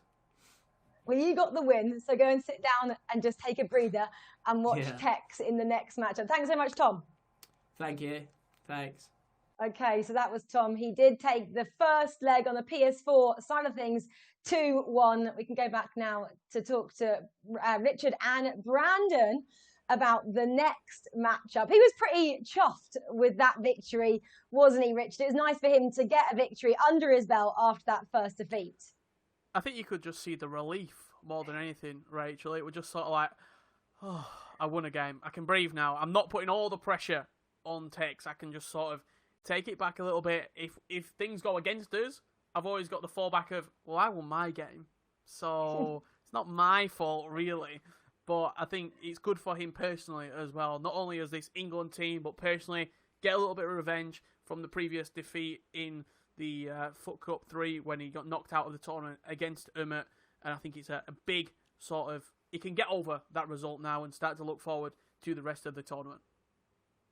But Brandon, it is obviously Germany up next and MegaBit. The pressure is really on. Just tell everybody how good a competitor MegaBit is. Taking on, obviously, Tekkz, who we know is excellent. But MegaBit, in his own right, is a standout FIFA player, isn't he? Yeah, definitely. I think the one thing that I said in the commentary, just in that game we just saw there, is expect a lot of goals. Even though Tom has won that game and got a goal sort of advantage for England in the second leg, these two have played so many times, sort of over the last couple of years on different variations in tournaments. And of course, we're talking here FIFA 19, FIFA 18. We go far as back as that. These guys, we're looking at 6-5s. We're looking at lots of goals scored in the game. We know FIFA 20 is a little bit different to that, but the one thing I'd say for this one, Rachel, expect a lot of goals, and I think that is what we're going to get. Well, that's what the audience always want. Loads of goals. I think we can see Tekkz is lined up now, and let's see how he changed things compared to when he took on Poland a couple of moments ago. I think we can see that. It's the Xbox side of things. Obviously, PlayStation goes first. Tom will always lead the line, and then it's always either pressure on or off for Tekkz on the Xbox side of things. However you like to look at it, however Tekkz likes to look at it. Some people, I guess, like to go, don't they, with the pressure situation, and some don't. But Tekkz, I reckon, as we call him the GOAT in FIFA, he doesn't mind either way at all, Brandon. I think we'll see his team in a little bit, but he's a guy that will love it and hate it. He'll deal with it. Tom's probably texting to him right now saying, this is what you expect from an 84 rated team compared to an 82. I mean, I would 100% agree with you on that, Rachel, in terms of I think Tekkz doesn't mind going first or second. I mean, if me and Richard were on a team, I think I'd be wanting to go first every time, just because I'd be a little bit worried coming in second. I don't know what you'd think about that, Rich. I mean, look, I know that when you lose, I can turn it around in the second game. So I've always got the chance to bring it back. I think in a team, you always, the first player should always sort of go out. You look to win, but you also look not to lose. So if you go into a game with a teammate and I lose 5-0 in the first game, not only have I lost myself, but I've given my teammate little to no chance to get back into the game. You got to remember it's a one-legged game of FIFA. These two players are used to playing 2 legs. So we're going to be seeing Tekkz MegaBit in 90 minutes, and that's it. No more chance to get back into the game. If you concede an early goal, it's 9 times out of 10 game over. So I think the consistency of Tom always going first, Tekkz always going second, throughout the tournament, they'll start to pick up sort of how they like to play. Tom goes more aggressive, meaning that Tekkz can change the way that he plays. I think he's a little bit more flexible in his approach. Is Tekkz, he can either play really defensive. We've seen him keep hold of the ball for 90 minutes, absolutely kill the game off and give his opponent no chance to get back into the game. Or we've seen him press the life out of his opponent, get the ball back, score early as he did against Poland, and really just send the opponent sort of packing early doors. Well, it's time to see which Tekkz we're going to see play up in the next matchup. It's England taking on Germany, and for the FIFA fan, it's England taking on MegaBit. Here is his lineup. Guys, take it away. Enjoy this one. Thank you very much, Rachel. Let's have a little look at the team that Tekkz is going to be using. It's, sort of the same changes, really, isn't it, for both Tom and for Tekkz? We know that Tekkz is a huge Liverpool fan, and I'm sure he'll be happy to introduce the likes of Trent Alexander-Arnold into the team. No Mason Greenwood, though, which we have to sort of point out. There's a Tomori that's been moved into the team as well, the future star item there. But anything that sort of surprised you in that team lineup? Well, Tom doesn't have Kent. Tom didn't do the SBC, so he doesn't have the ability to use Ryan Kent. It was a limited time SBC in FIFA, and if you didn't complete it, you never got the chance to play with the foot item. So with Tom, he sort of has to play around that. He has to play different players. Sterling starting as a left winger and then using an extra centre midfielder who can play as an attacking player further in the game. So it gives Tom more sort of chance to use Greenwood, whereas with Tekkz, you've got Ryan Kent as an 84 rated already in at left wing.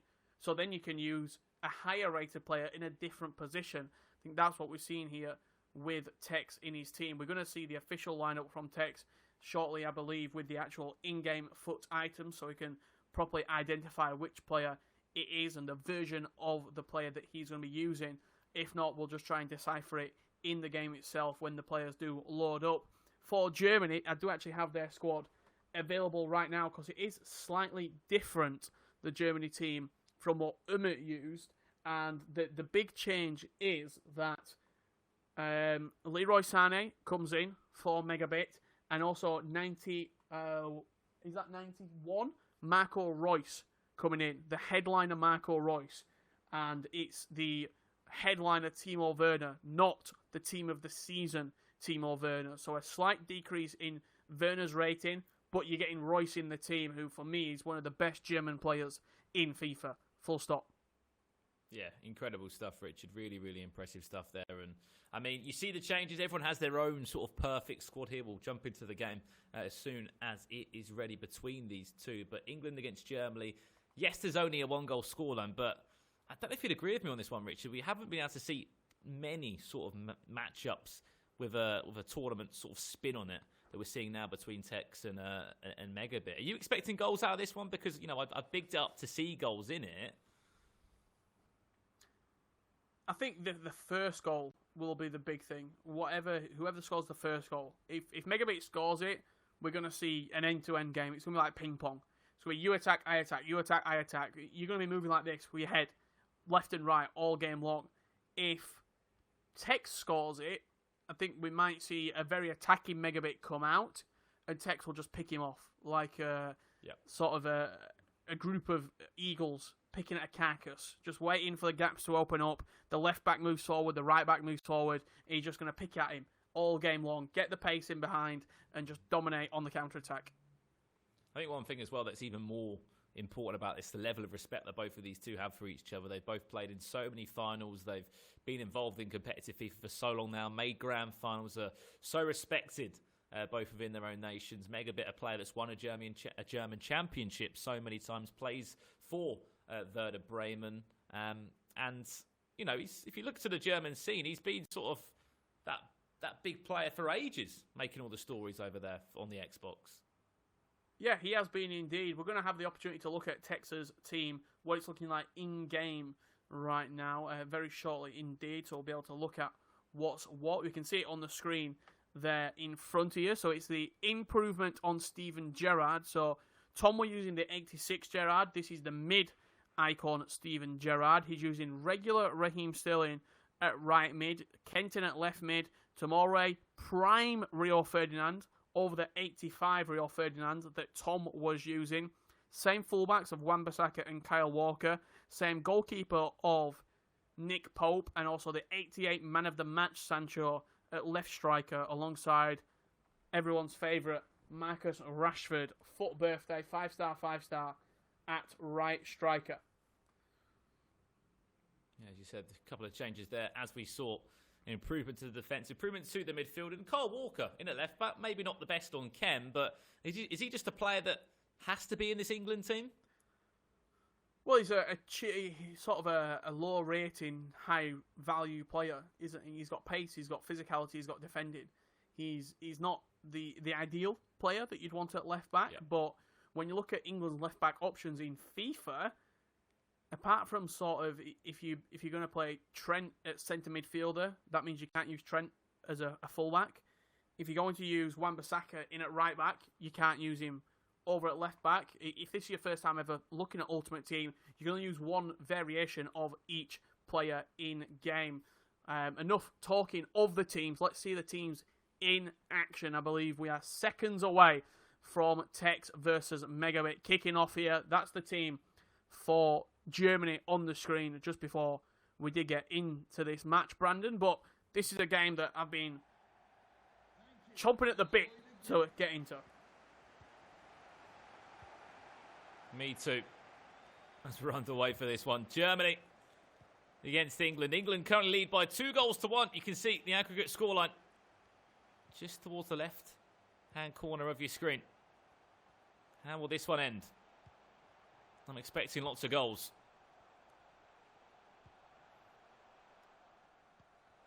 Between these two, neck and neck. In the Global Series rankings. And in terms of Tekkz, sort of whitewashing once again. He's going to be taking first spot this year. But on the other side of it, for MegaBit, still in the top 20. 19th place he does sit. Not the best of years for his sort of personal agenda. Wants to be at least a top 5 player, if not the best Xbox player in the world. This is a game that we've been waiting for. He's got very high standards for himself, doesn't he, MegaBit? And not being in the top 10 is a under sort of performing year for MegaBit. When you look at what he's previously done, German Championships, Virtual Bundesliga, multiple time eWorld Cup Grand Finalist, 2018 Playoff Xbox Champion. This is a player that is a winner this year.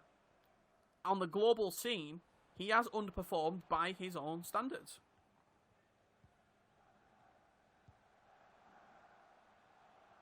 Obviously, the recent Virtual Bundesliga as well was unable to make a grand final there or come out on top.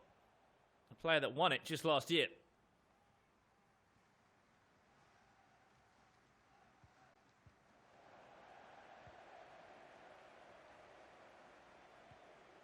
Who will make the breakthrough in this one? Leroy Sané. One of the key differences in this team. Kai Havertz once again involved. Timo Werner is the out-and-out striker. Serge Gnabry in form, that is. In a right wing. Also, another quick update for anybody who's new to FIFA eSports. The aggregate scoreline from the first leg, you can just see it underneath the score highlighted bold in white. So the score of this game is currently 0-0. Underneath it, you can see England leading 2-1. Chance. Kai Havertz well defended by Rio Furman. Now that's MegaBit knocking on the door of Tekkz to say, I'm up for this game. I only need one goal to bring it back square.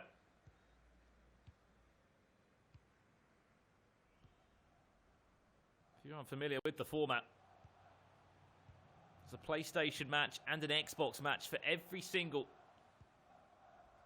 tournament game. It was Tom that won his game by 2-1 against Umit of Germany. That one was going to be a corner for a second. I mean, what do you make of the goalkeeper choice for Germany? I know that Manuel Neuer would be the goalie you'd always try and look towards if you had a sort of struggling back line and a struggling I would just say struggling in general with your team, but Germany aren't struggling. That's why we've seen the likes of Furman, who's been used previously from other German players. I think Umit used him. But in this one, it's going to be Leno that takes the #1 spot. Bert Leno, Marc-Andre ter Stegen if you want a higher rated goalkeeper. Ralph Furman. You can even go down the icon route with Jens Lehmann. There's plenty of options in the German sort of goalkeeper category. I think the bigger thing is centre-backs, and that's how we're actually seeing Emre Can's man of the match centre-back foot item used for MegaBit. I think that is. I think it's a centre-back version of Emre Can that is actually in that back four for him. Speaking of Emre Can, he might be on the ball now. It bounces back to Rashford.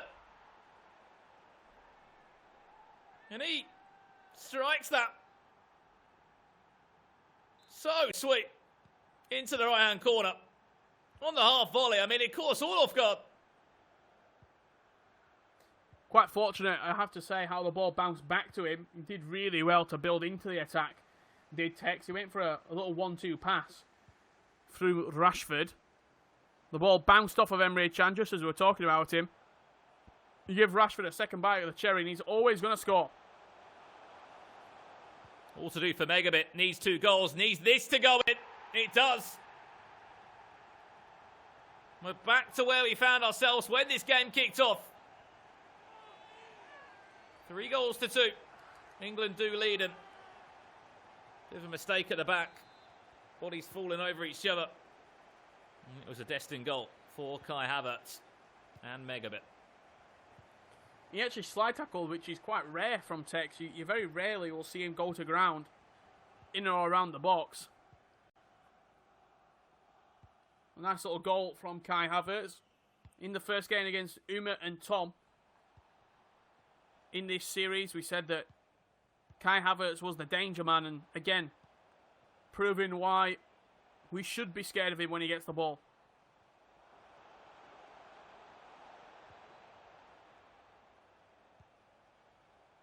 Come England again, a little elastico from Rashford, who got himself on the score sheet. This is nice, into Ryan Kent. Could it be a chance for England? Off the woodwork. Really, really risky goalkeeper movement from Germany right there. He moved his goalkeeper all the way to the near post. The entire right-hand side of the goal was gaping. And he went for the power shot instead of the finesse did Tekkz. And right off the upright. And that's how brutal it can be. Because Kai Havertz looking to get past Tomori. Great tackle from the Chelsea defender. Don't know about you, Richard, but it feels like ever since we've seen those opening 2 goals going, this game has suddenly come alive.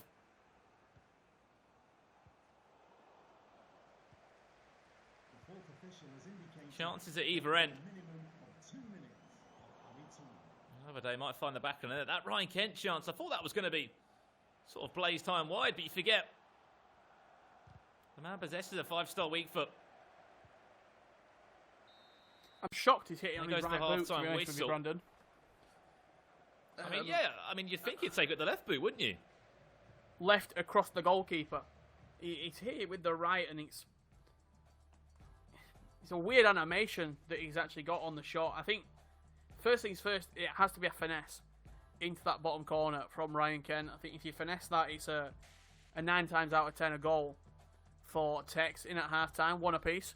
2 shots, 1 on target. Possession slightly in the favour of England, and also from Tom's first leg result, England still possessing a 1-goal advantage.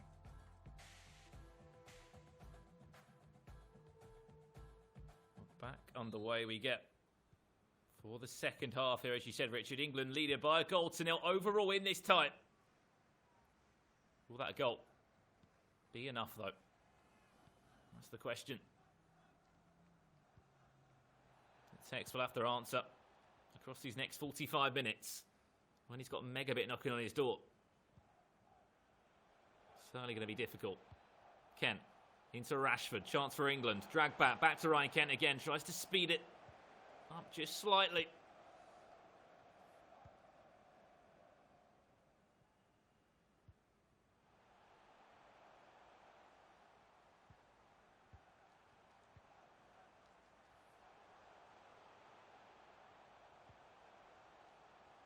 Serge Gnabry for Germany now. Happy to link in with the Schalke midfielder in. Serda. Comes to nothing in the end. That's the team of the season, Serda in centre midfield next to X9 for MegaBit. Looks like a 4-4-2, if anything, for MegaBit. Kyle Walker making a bit of a run forward here. Rashford round his man into Jadon Sancho. That's the breathing space that England have been calling out for in this one. Do you see how he slows the game right down?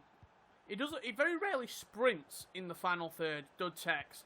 He plays it at walking pace, just move the ball ever so slightly forward, edging forward with Kyle Walker. And as soon as he gets into an opportunity when he knows he can punish you, that's when he kicks into fifth gear. Ball into Rashford around the corner to Sancho and smashed into the bottom corner. 4-2. England now do lead. It's the second time they've led in this time. Last time out, MegaBit was able to reply in just a couple of minutes in game. It's Kai Havertz that got that goal in the first half. This time, he needs 2 of them.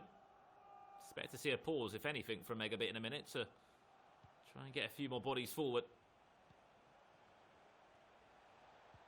Jadon Sancho. Tekkz can find a third. It certainly would be game over.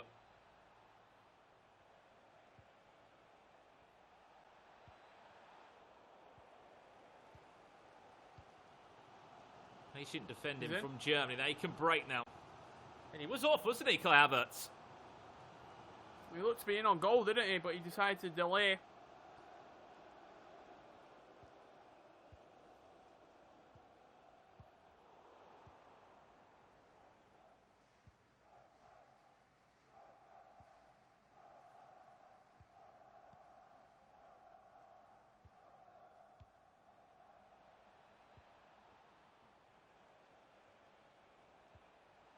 England trying to get forward again in numbers. Gerrard into Trent Alexander-Arnold. Sterling. Back to Jadon Sancho. Still. For a second, you thought it was going to be with Jadon Sancho. Ball eventually finds its way back to a German player. 20 minutes left here. Germany do lead. Or do trail, I should say. By 2-0. Marco Reus. Can't strike that one right. Does get a very fortunate bounce. And that's all he needs. Eggstein. To bring this game even closer. 4-3. England do still lead. And both goals have been so unfortunate for England to concede here. They've been bounces on the edge of the box that on another day go the Three Lions' way. But here today, just seeming to bounce him back to Germans inside the box. First one. Deep in the first half, and now, with only 20 minutes left to go, I thought he'd done enough to block it. But Eggstein, right place, right time. And we could be in for an absolute grandstand final 15. Eggstein, the goal scorer of the second in this one. Just trying to whip that into the path of Marco Reus.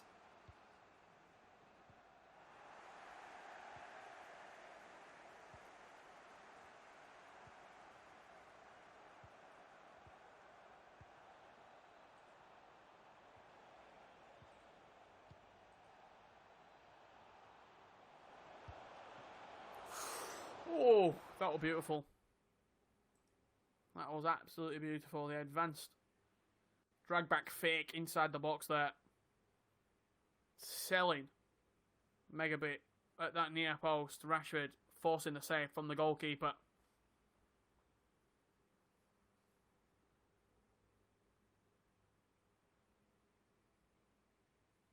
And with 10 minutes remaining, you see the tactical changes being made here from Donovan Hunt, a.k.a. Tekkz. For England here, Sancho in at camp, Sterling out wide with Ryan Kent on the opposite side, Rashford up top. No real subs on the bench. It's a 75 minimum rated squad on the bench, so you want to get the most out of your team. You put all 75s on the bench and really just amplify the starting 11. Chance to count here for Germany. Ball with Leroy Sané, recently moved to Bayern Munich. Has the former Manchester man. Well, I mean, it's just a question mark now for Germany, isn't it? A little bit of time left. The press that they've put on the attacking custom tactics that they've switched to. Here's Tekkz. Going to be able to deal with it. MegaBit just needs a goal, and that's the goal. It will cause England nightmares. Kai Havertz, 86th minute. Kai Havertz, we talked about him. We bigged him up. He's the man to watch. He's the man to be wary of in this German side. And cutting England open there was MegaBit. 2 minutes remaining. There's time to get a winning goal here for England.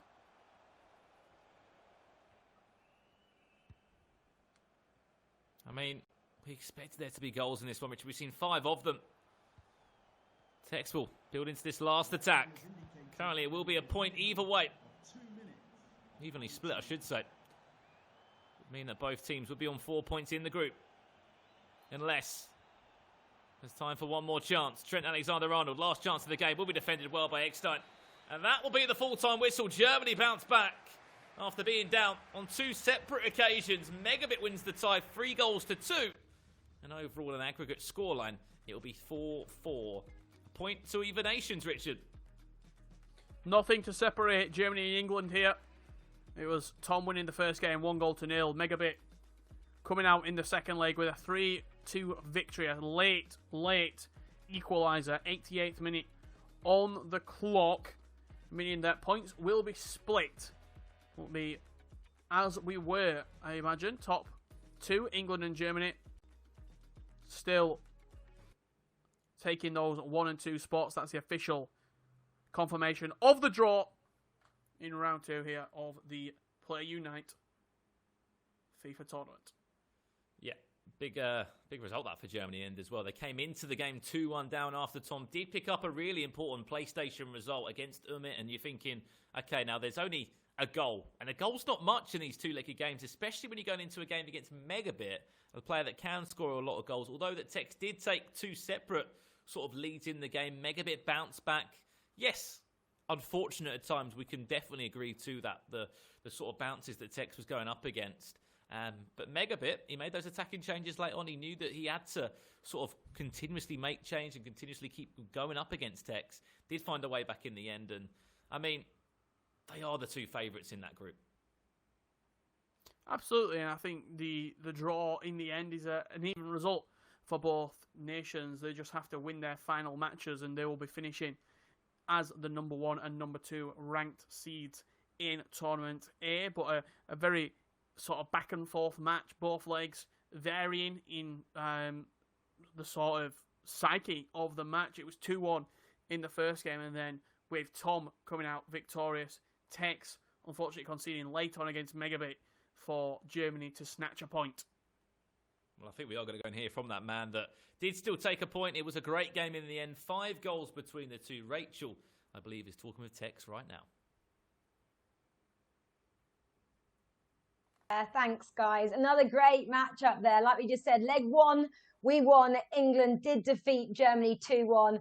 Leg 2 didn't quite go to plan for Tekkz, but it did mean we still picked up a point overall because we did draw that matchup. Final aggregate score was 4-4, and we can speak to Fanatic Tekkz, I believe, right now.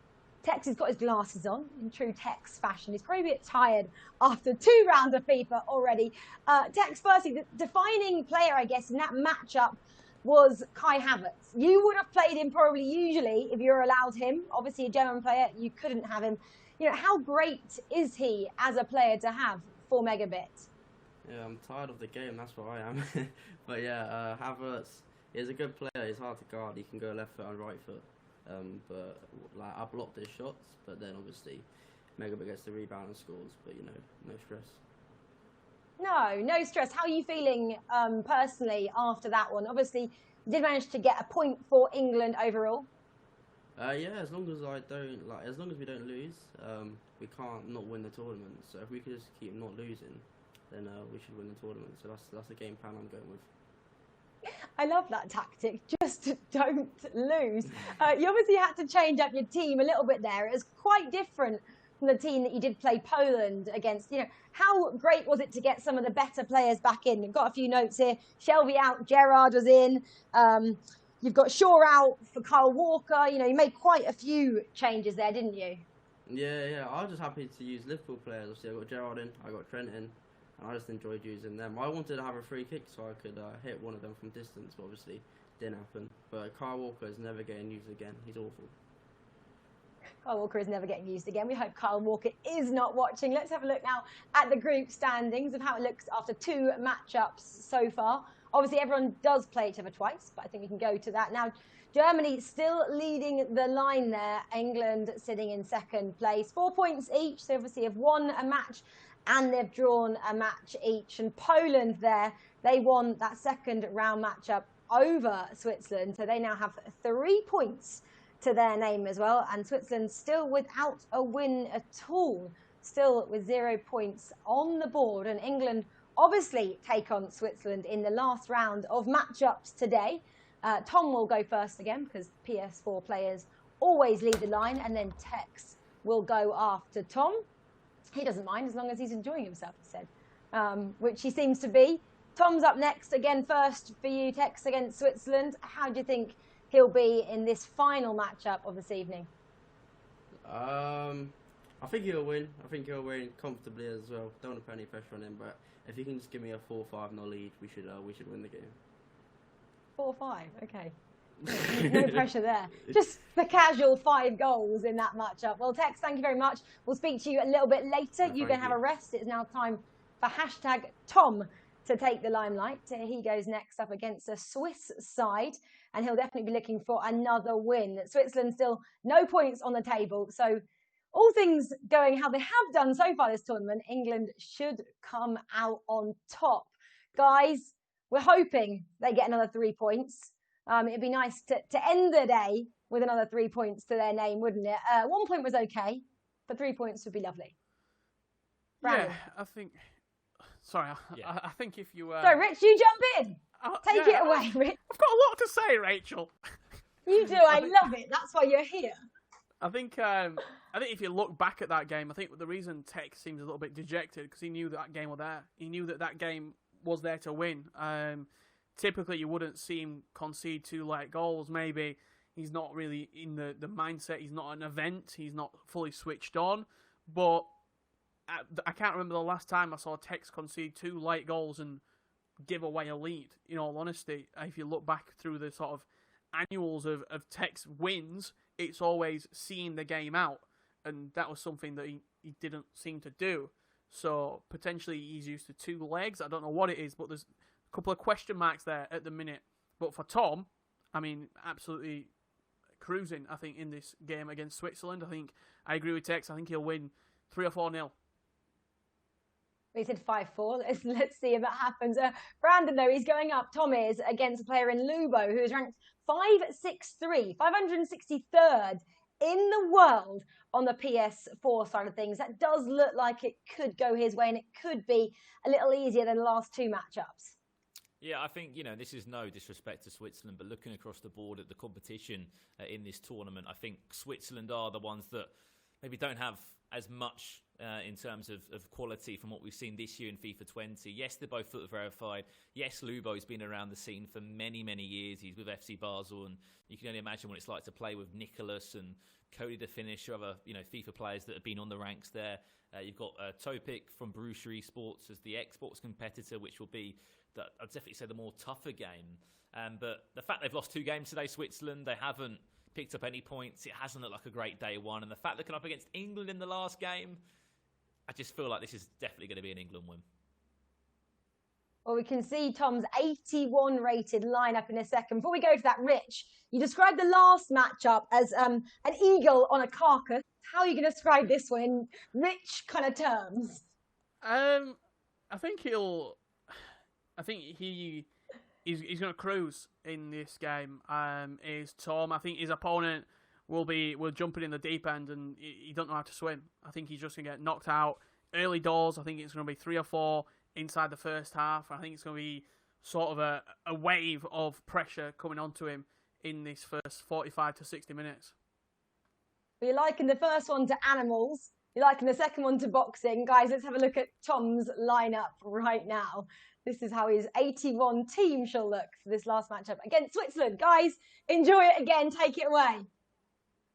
Thank you very much, Rachel. And yeah, Rich, have a little look at this team then. As we said, 81 overall. We can see Joe Gomez comes into it. That'll be his, I believe, his standard 80 rated. John Barnes, John Joe Shelby and Henderson make the midfield trio. I don't know if this is the first time I've seen Henderson in use for Tom, unless I've clearly not been following the action for the rest of tonight. His first time using John Henderson. I'm not sure if Sterling is going to be playing or if it's going to be Redmond again, looking at the squad on the screen there, because I'm not sure if Sterling is going to be able to get the rating in at left wing. But I think the more important and the more sort of, I don't say interesting thing, but I'm intrigued to see who Switzerland are going to be using, because I'm trying to think of sort of Swiss players. I think Mbolo has got an inform. He's an 84 rated inform. You've got Kevin Mbabu, who recently got a Summer Heat objective player, I believe. That's a 92 rated right back. So, I mean, in all honesty, you probably throw him into midfield because he's just one of the best players in the team. You want your best players going forward. Even if he is an out-and-out right back, he can play in a CDM role. He can play in a centre mid role. Zachariah is a centre back. He's got a couple of SBCs. I think he will probably feature, and probably Jan Sommer, I would say, in goal. But apart from that, I think that the Swiss team, that's why they've decided to choose an 81 rated squad restriction for this matchup. It's going to be quite a sort of, you're going to see lower rated players. You're going to see silvers in use. You're going to see the more players that you're not used to seeing, shall I say, in this matchup. I mean, you've got Shaqiri going forward for Switzerland, but they're very much more sort of solid at the back. They've got some great sort of box-to-box midfielders, and with the special promos that have come out this year, you've been able to see, as you said, players like Mbabu kind of move around, Zakaria move around. Let's have a look at England's team in-game to sort of find out how this 81 rated team is looking overall. That's how it's looking, Richard, and any sort of thoughts on that one? Is Redmond in at left wing as you thought? Yeah, Redmond moving back into left wing. It's pretty much the exact same team to what we saw earlier from Tom in the 82 rated squad, but he's had to lower down Jadon Sancho from the 88 to the 85 Team of the Year nominee foot item, and also Joe Gomez, the 80 rated, coming in at centre-back for #Tom in this first leg here for England against Switzerland. I just feel like as well, him winning that last game against is sort of set him up perfectly for this last game now. England 4 points on the board. Yes, we're playing more games tomorrow in day 2 of the Play Unite tournament. We're going to be seeing England against Germany against England against Poland again. We'll be seeing this exact tie against Switzerland played again tomorrow. But if England can win this one, Richard, over the 2 legs, finish the day with 7 points, they remain unbeaten, which is the biggest thing. Absolutely. They will remain unbeaten, and they'll be really in a good way going into the next round. You can see the squad on the screen there. Zachariah, Mbolo, the winter refresh Shaqiri, a couple of silvers at left wing and left centre mid, Akanji, and also team of the season Jan Sommer in goal. So similar to the squad that we saw from Poland, strengthening the goalkeeper position for this Swiss side. We saw Szczesny for Poland, team of the season, and we've seen Sommer for Switzerland. It's going to be LuBo representing Switzerland. As we said, a player that's been in the scene for many years. There's his teammate of FC Basel, of course, not of Switzerland, in Nicholas. Here we go then, our final game of the day, day 1.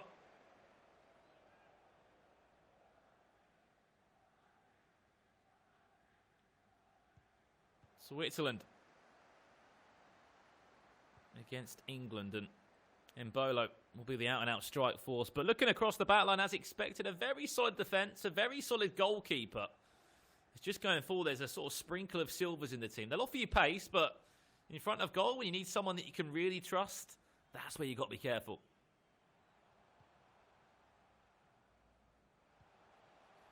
I think your build from the back is a method that is in real life has worked for a number of teams, nations and clubs. However, in FIFA, I feel as though the attack, you have to have good strikers. You have to have people who can put the ball in the back of the net, people who you back to score.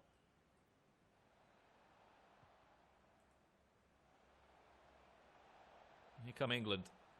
Jordan Henderson getting his first start for Tom of this evening. John Barnes was the hero back in game number 1, getting that late goal. Can he be the hero in this one? Surely he can from the word go. Gives it back to Henderson one more time for a second. You thought he overplayed that. But Jordan Henderson getting England off the mark in the perfect way possible. 9 minutes on the clock. England will lead. Henderson and Barnes linking up beautifully in the centre of the pitch. Doing the business for England. It started with Jadon Sancho out wide. You have to play Jadon. No matter if it's the team of the season or the 85, 84 rated regular foot items. Sancho has to play. The 5-star weak foot, I should say the 5-star skill moves are so impactful. That's John Barnes into Rashford. That's 2-0 inside 12 minutes. And Tom is absolutely cruising. And you can understand the pause, Richard. 12 minutes in. Something's got to change. For Switzer, we can see it's attacking from England in this 4-2-3-1. They want goals. And they want to build a lead. Heading into that second leg for Tekkz. Perfect start, though. Although we've gone to an 81 rated squad, it hasn't phased Tom.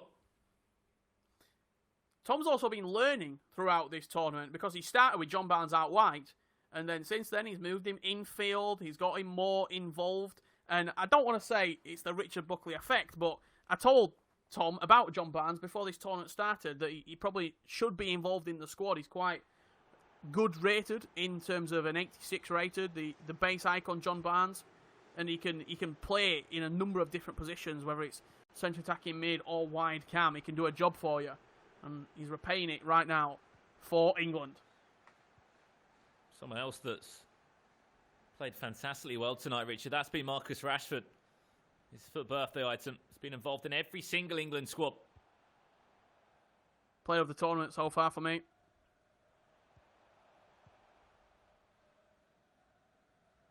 Switzerland with a huge job on their hands, especially for LuBo. 2 goals down in just after 12 minutes. It's been a day in the office for both LuBo and his teammate Topik to forget. Jadon Sancho around his man. This is where England can really start to flourish.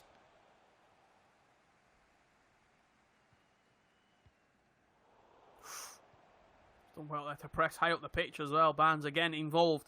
Seemingly everything moving around the icon at the minute.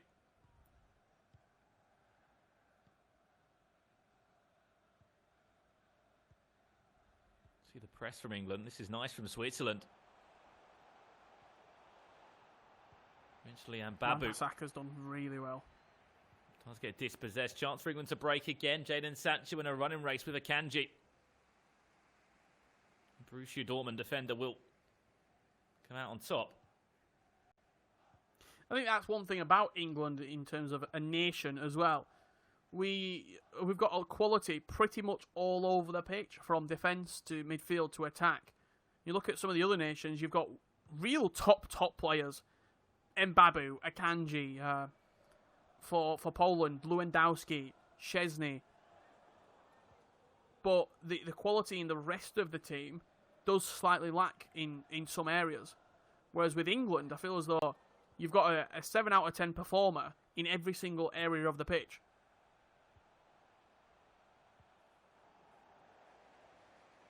Players like Nathan Redmond, 81 in form, has made an impact in this England squad. He's going to be there for a cutback as well. Nathan Redmond, one more into Jadon Sancho. It's a great block.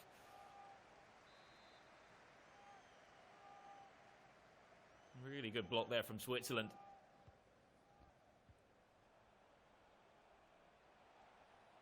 Corner recycled all the way back to Wan-Bissaka. See the possession stat. Might be in Switzerland's favour, but the scoreline certainly isn't. Some of the big things as well. He's just been so clinical when he's had the ball. Every time he's had it, Tom and England, he's looked to go forward. He's looked to be penetrative in the attacks.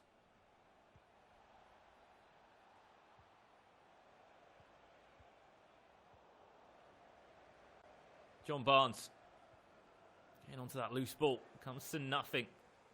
Slightly better defending from Switzerland, but struggling to get the ball forward.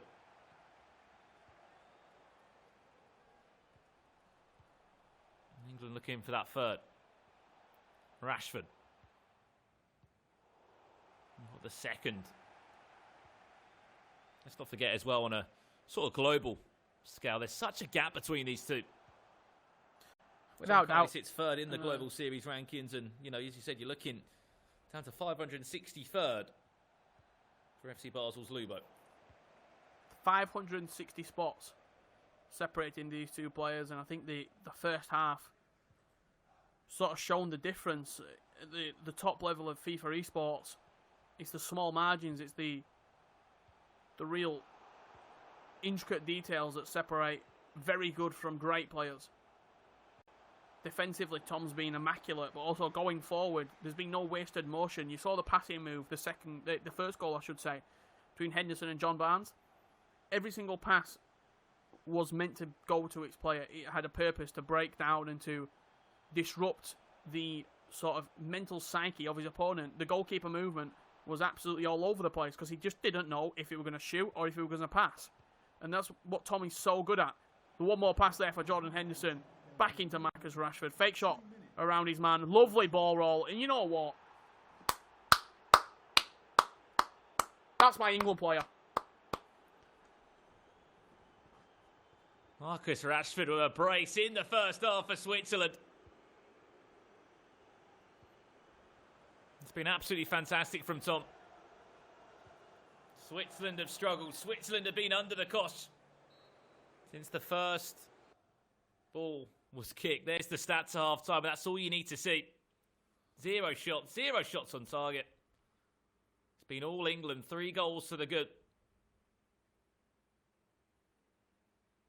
You see Mbabu playing slightly further forward at CDM, as I predicted, but the Rashford factor, I want to say, has just been so strong. There's a reason that he's gone through every single iteration of different squad from 84 to 81. Marcus Rashford, the FUT birthday Rashford, a 5-star player. They're hard to come by. You're looking at Neymar, Johan Cruyff, Zidane. This calibre of player that is 5-star, and Rashford is right there amongst it. And Babu getting this game back underway. He's the star man for this Swiss side and got to be sort of the man to push this Swiss side forward in the second half. Sancho on the edge of the box. Into Barnes. Back into Jadon Sancho. Drag back. Marcus Rashford. Is he onside? Yes, he is. 4-0. Thomas Lees is having his way right now. Before the game, I said it was going to be comfortable. I didn't expect him to be 4-0 up before the 50th minute. What a performance from England in this matchup. Simply too strong for LuBo. LuBo's a great player. No disrespect to LuBo, but I'm sure even himself will admit that Tommy's just on a different planet right now. And this could be big in terms of the goal difference in the tournament as well, with Germany and England sort of going head-to-head for the top spot. A big goal deficit and a goal advantage like this for England could be really beneficial in terms of clinching up that top spot in the group. Shaqiri on the edge of the box, looking for a finesse shot. Always going wide though, never really on a good angle was Xherdan Shaqiri.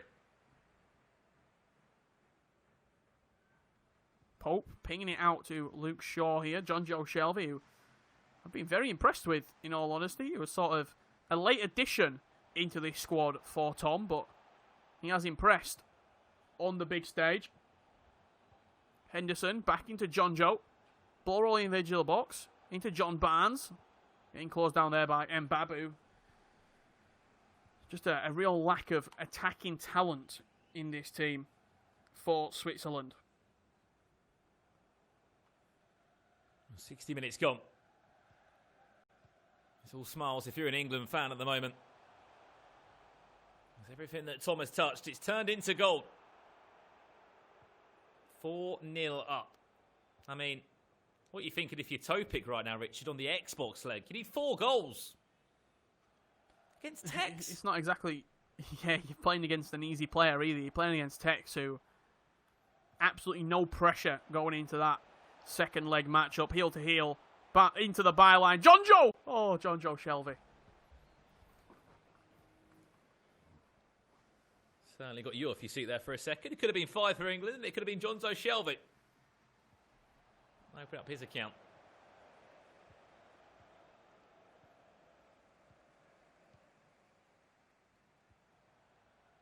We're looking to make another change. If anything, he's probably changed his mindset now. Do not concede more goals. If this gets 5 or 6, I mean... obviously go on a limb and say it's sort of impossible.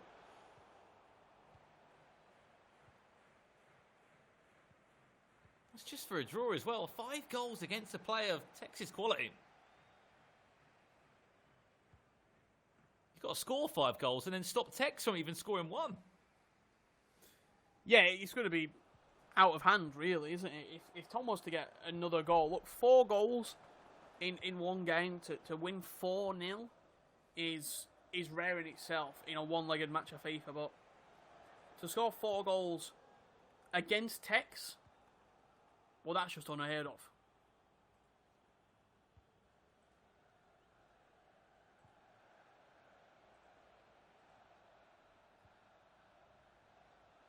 England want 5. So does Tom. Cut back. John Joe Shelby into Marcus Rashford. Goes for a half drag back. Referee waves that one away.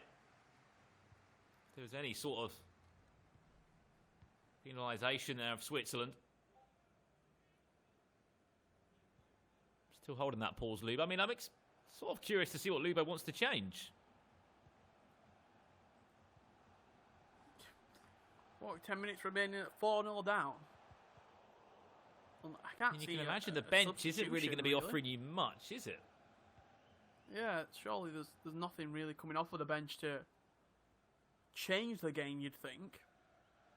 And that's just because of the 81 sort of lock-in with the team. This wouldn't be possible.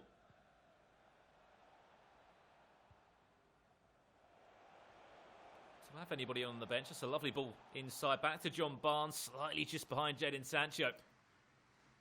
But you even see there, Tom's 4-0 up, and it was still a grimace when that ball went away from him. He wants 5.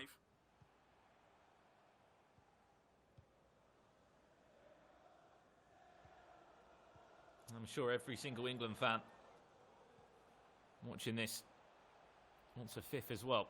Switzerland. Could be their first chance of the game. It's Mbabu.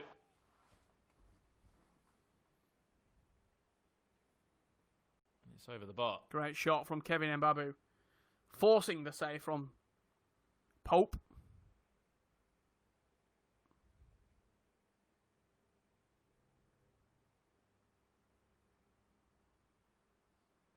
I mean, that was a 20-minute pause pretty much, Richard, that LuBo queued that for.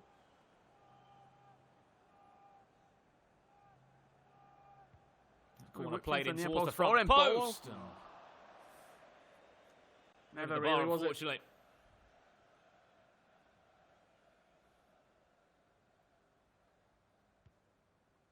He's made changes. Fair play to LuBo. He's brought a little bit of pace on out wide. Stefan and Fashnat.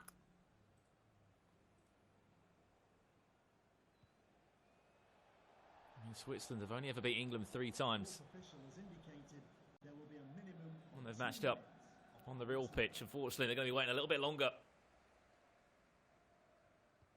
on the virtual one. As Tom will take a huge scoreline, but certainly an impressive one. 4-0. And what has been an A-class performance from Tom. I mean, if there's one way to set up your teammate going into that second leg, there's no better way to do so. 4-0 up. Just get a 0-0 and you've won. I think Tom thinks he could have had more there, to be honest. This was a great goal from Henderson. The link-up play between him and John Barnes, and then the game was over sort of 12 minutes into it, just on the stroke of half-time. Marcus Rashford made it 3. This was the second goal we're seeing right here from Marcus Rashford. Simple pass across the box, smashed into that bottom right corner. The third came just on the stroke of half-time. Great close control inside the box, and then that near post finish from Tom, and that's how it did finish. 4-0 in the end for England. Yeah, massive result, Richard, and that's a huge scoreline to go into the second leg with. As we said, Topik, who is the teammate of LuBo and obviously the Xbox representative of Switzerland. It's like you're going into a game against anyone. You're going into a game against Tekkz, and you're 4-0 down. I mean, it's not ideal. I've had better days. Really not ideal. Yeah, I mean, you've just got to go in with it with no fear, really. Try and get the first goal. Try and put a little bit of pressure on him. Squeeze high up the pitch. You're probably going to see constant pressure. 10 depth coming out from the get-go from Topik. But I just don't see it being... it's more of a dream than in reality, in all honesty. It really is indeed. And we're going to get into that game as soon as it is ready. But, you know, look even at that. You're looking at a player that is 196th in the world in Topik. Only got 120 points to his name. Those would have been just via playing for champions against number 1 on your console for a second consecutive year in Tekkz. Another great year, even though the season wasn't fully completed. The man's still first in the world, over 5,000 Global Series points to his name. It's been another dominant season for him. With so many tournaments that weren't played, he still won a FUT Champions Cup. He still made many events. Another dominant season for Tekkz. I'm sure we're going to continue to see that trend throughout the rest of the tournament. It was a dominant performance from Thomas Lees for England in that first leg of the match against Switzerland, and he's joined with Rachel right now. It's always nice to get a clean sheet, isn't it? 4 goals there, none conceded for #Tom. But he looked a little disappointed at the end of that match. Tom, come on, what are we going to say about that? After the first goal went in, I was like, yes, he's buzzing, he's loving it. At the end of it, you sat back and you're like, oh, why are you disappointed with that? Well, obviously I won 4-0, so like that's always a good thing. But when you know you're playing for your teammate, I know it sounds a bit like selfish or whatever. I just wanted to get as many goals for him as possible. Like I knew 4-0, right? I know we're in control, but if it's 6 or 7, then it really is. Tekkz can just play like normal, like no pressure at all. And I thought to myself that I could have scored more goals. How I was playing first half, I just thought normally 4-0 is great, but I just wanted to get as many as possible for Tekkz. Did you have a number in your head before that match? Did you write something down on a piece of paper, how many you actually wanted? I can't lie, when it was 3-0, I may have got a message at half-time saying, can you try and score 5, please? So that was in my head, and I didn't get the 5th, which is why I was disappointed in myself. Oh, okay, that's why you were disappointed. I understand now. Let's just talk about the game a little bit. First time you used Henderson, he scored straight away. That must have felt pretty nice. Yeah, I like some of the goals I scored. I feel like with me, I've always known I'm a bit of a slow starter, and it's proven again today. Like I started slow, and then at the end of the day, I've picked up and played really well. The goals I was scoring, I thought were pretty nice as well, so I was happy with that. And yeah, Henderson comes inside within 10 minutes, bags himself his first goal. What more can you ask for? And Rashford getting 2 as well. And then John Barnes, he got 1 for you with 12 minutes. You were 2-0 up at 12 minutes. Richard said he told you to put him in your team. He said it was the Richard Buckley effect. Is he right? Did he tell you that off camera? Yeah, I hate to admit it, but Buckley did have a word with me. We were deciding teams early, and I was looking around, playing with a few cards. didn't know who else to use. And Richard suggested John Barnes, the icon card, obviously for his previous performances, not what he does this year. But yeah, John Barnes came in the side and scored. He's done all right for me. I moved him in the middle of the park as well and put Sancho back out wide where he's favoured, and it's working well. Barnes, Sancho, Rashford, they're all delivering for me right now. Rich will be loving that you just gave him a nod there. He'll be feeling very smug right now. Yeah. So you had Henderson in your 81 squad there for Switzerland. You didn't have him in your 82 squad. Do you think he can fit in that for tomorrow's second round matchups? Yeah, now I've played a few games with the team, had a bit of rotation. I think I might change a few things. And Henderson definitely could work his way in because obviously his lower rating could help me out with the other ratings in the other squad. So maybe Henderson's done enough to get in the squad for tomorrow. Yeah, let's see. Well, let's have a look at how the other matches finished then, whilst you were playing your matchup against Switzerland there. Here we go. Poland and Germany. It finished 0-2. So Germany obviously won the round one there, the PS4 side of things. So a good game for them. Not as many goals as you though, Tom. So I think that means we are now ahead on goal difference as well. Don't quote me on that one just yet, but I think coming into this, Germany were only 1 goal ahead. So the fact that you got 4 should put us top of the table. Yeah. That really does take the pressure off for Tekkz. You're giving him a bit of an easy ride now, aren't you? Yeah, I mean, it works both ways. I'm sure there'll be a point where I make it hard for Tekkz. I mean, I'm looking at the Poland game I did. Sometimes it just works that way. If I had to say one thing to Tekkz, it probably will, is just score as many goals as possible. Don't try and hold the 4-goal lead. How good Tekkz is, he can win any game of FIFA anyway. Now he's got no pressure on him. I'm hoping that he can just get a load of goals, goal difference, and we can finish the day in first place. Give a prediction to how many you got. You got 4. What have you just texted him? What have you said, can you get for us? I'll tell him 3. I'll tell him I'll sell for 3. If he can get a 3-goal lead and we win by 7 overall, that would be perfect. That would indeed. Okay, thanks, Tom. Thanks so much. And go and rest up now. And we'll see you back tomorrow to do it all again, basically. So that was #Tom there, winning that third matchup against Switzerland 4-0. He's just put it out there for Tekkz to go and get 3 goals, to have a 3-0 win against Switzerland. Do you think he can do it, boys? I'm going to go this time to Rich first, who has loads to say. And he also just gave a nod to you on the John Barnes thing. Yes, it was the Richard Buckley effect. It does work. John Barnes delivered the second goal for Tom. What can I say? Go on.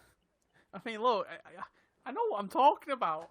People just think I talk rubbish, but I actually know what I'm talking about. No, we don't.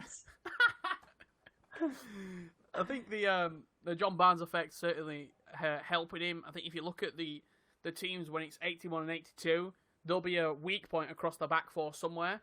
So if you bring John Barnes in field, you then let Sancho go out wide. Sancho can play either side. You let him go on the right, you let him go on the left. He can sort of exploit the weaker areas of that defence, whether that's a fullback or a centre-back. And I think, in all honesty, you're looking at this Switzerland game right now, I think I'm actually going to go 9. I think it'll be 9-0 on aggregate. Okay, 9-0. Brandon, you're raising your eyebrows. So was I. Big. Do you think that's possible? I mean, again, this is nothing against Switzerland. I think if you look at the 3 nations that are in this tournament, I definitely feel like Switzerland are the weaker opponent out of that. Looking at the Global Series rankings, looking at what both players have been able to achieve this year in FIFA 20. But I mean, you're going into a second game there for Topik, as I've sort of spoke about a few times. You're 4-0 down on aggregate against Tekkz, the number 1 on your console. Remember that Topik's 196th in the world. The man's top of the pile, and there's no way way possible that Tekkz will throw this game away. It's a great opportunity as well for England to get goals. Looking ahead to tomorrow, we don't know what's going to happen in tomorrow's matches with both Switzerland and Germany and Poland. So goals are everything at this point. Just score lots of goals, England. I love how much pressure we put on Team England, don't we? Tom's there, put a lot of pressure on Richard, upping the pressure even more. 9-0 on aggregate. Oh my gosh, these guys have really got to pull out everything to live up to our expectations on them. But I think we can have a look at Tekkz's lineup now. This is the last matchup of this evening. It is obviously going to be England taking on Switzerland for the final time on the Xbox side of things. And this is how Tekkz's team is looking ahead of this matchup? So the big thing that's standing out for me straight away is Nathan Redmond coming in at right midfielder. You've got Shelvey and Henderson holding it down in the centre of the pitch, and also, again, Rashford and Shelvey. I should say Rashford and Sancho up top, with Shelvey and Henderson at the two CDMs. Very similar to the 82. Kent still occupying that left-hand side. I think he's been the 81, the 82, and the 84 has Ryan Kent. Just once again going to show how impactful he really is in FIFA 20. Yeah, massively important, Richard. Looking at that team. 81 overall, as we said, is the squad restriction. And I mean, what's it about Redmond? He's clearly obviously something that is quite appealing to both of our English players. I mean, he's 81 overall. He's an inform. He's a winger that offers you a lot of pace. Yeah, he's got pace. He's got good shot power as well, does Nathan Redmond. You can put the right chemistry style on him, get his shooting, his dribbling up, whether that's maybe a sniper. You could put an engine on him to get his pace, dribbling, and passing up. You can just put a hunter on him and get his pace and his shooting up. I think the chemistry styles play a big sort of factor in how good the players will actually play. It's something that you don't really see a lot in global series events when you've got the best players on the game playing.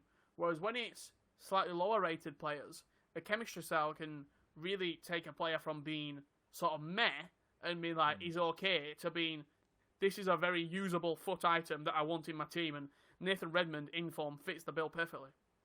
I mean, it sort of scares you a little bit when you think about someone like Ryan Kent, who has already got so many great, like, sort of in-game stats that a chemistry style can't fix in terms of like a weak foot or a skill move. Then you put like a chemistry style onto him. He goes from like an 84 to feeling like a high 80 rated player, even maybe into the 90s in terms of the pace he'll offer you going forward. And I think it's been great to see Ryan Kent's sort of introduction today into this England team. You sometimes forget that he is English. We see him so much on Ultimate Team. We never really see him, of course, too much in any sort of England team. So it's great to see him involved, and you kind of hope that in the near future we're going to see him in the national team.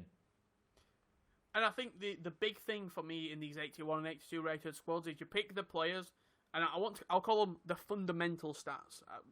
What I mean by that is weak foot, skill moves, height, work rates, the things that you can't change unless you get a special version of a particular foot item. So someone like Jadon Sancho, who's already got 5-star skill moves and a 4-star weak foot with the higher rated foot items, once you've got those fundamental sort of elements to him and the fundamental stats, then you start to put on the chemistry style. You can get his composure up. You can get his finishing and his shot power up with a sniper chemistry style. You can get his sort of attacking positioning up. If you want pace on somebody like informed John Joe Shelvey, you put a shadow on him, then he turns into quite a good defensive midfielder.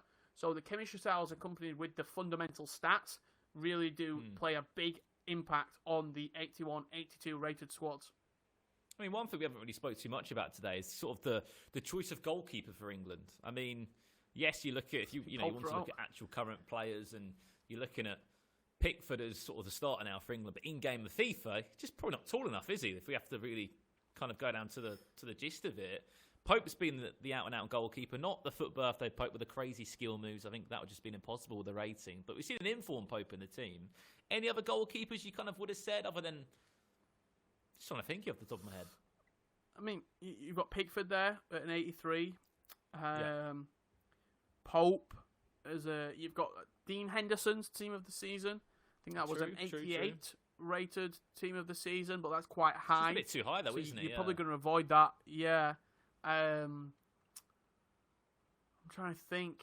I don't really recall. I think Ben Foster might have got an inform sometime along this season, but there's really not been an abundance of unbelievable English goalkeepers and English defenders in general, to be honest. That's why we're seeing Rio Ferdinand consistently used in these teams, whether it's an 84 or an 82, because he makes up for such a lack of sort of unbelievable centre-back. Tomori got the FUT Future Stars foot item, but the players that sort of would play in real life, like a Maguire, for example, the only way that you could get a usable Maguire in FIFA would be to use the team of the season 90 rated, and that's just simply not an option with the squad restrictions in use.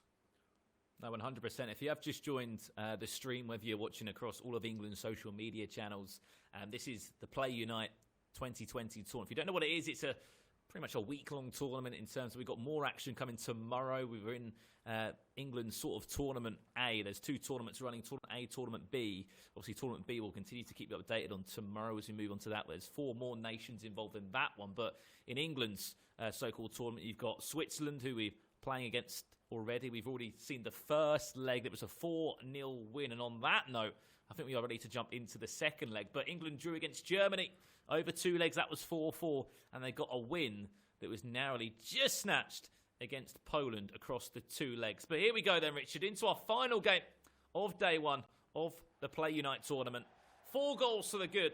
I just do not see this being turned around for Topik. I mean, he would have to pull off arguably one of the greatest FIFA comebacks maybe ever if he was to turn this game around. 4-goal deficit in 1 leg of FIFA against Tekkz.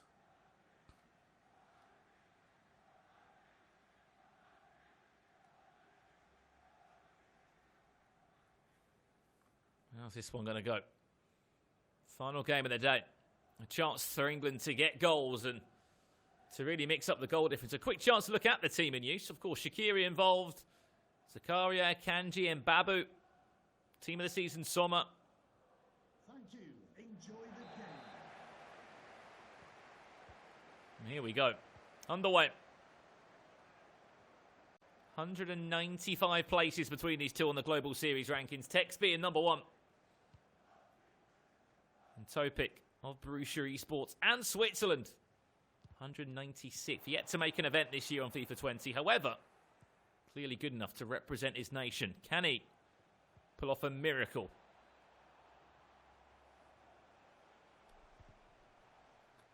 And we've not even forgot about the fact that Tekkz simply cannot score for Switzerland. We not even spoke about that. Tekkz scores just 1 goal.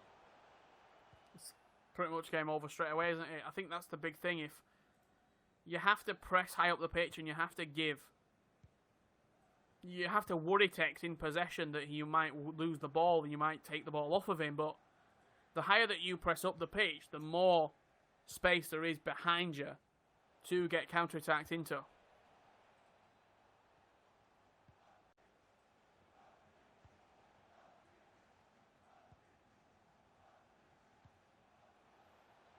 Here's a chance for England now. First one of the game.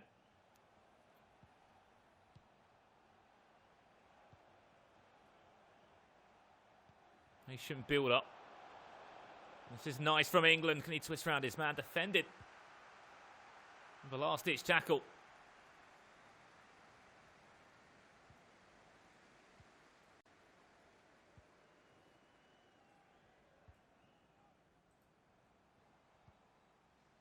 Luke Shaw in at left back for Tekkz with the 80 rated gold item Joe Gomez at centre half. He was a formidable centre back for probably up to around January, I would say. November, December, you saw him in a lot of squads, Joe Gomez.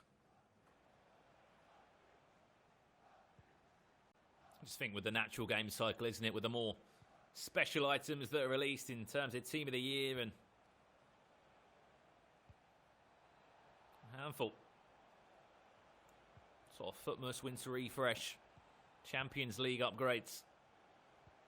Players naturally move around in teams. And they continue to do so right now.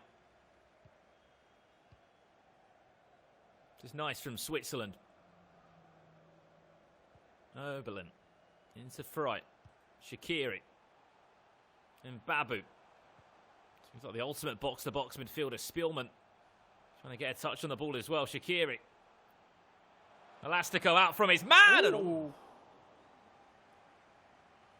Great effort from Xherdan Shaqiri out of the Elastico at the near post there.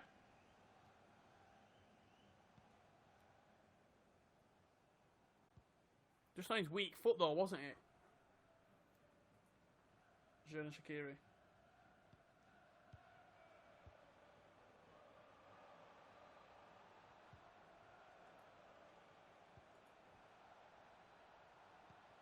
Side trap played from Switzerland. It's, of course, such a Irish defensive tactic. If you're not timed properly, Jadon Sancho still trying to get onto it. Jan Sommer. For a split second, nearly got caught out there.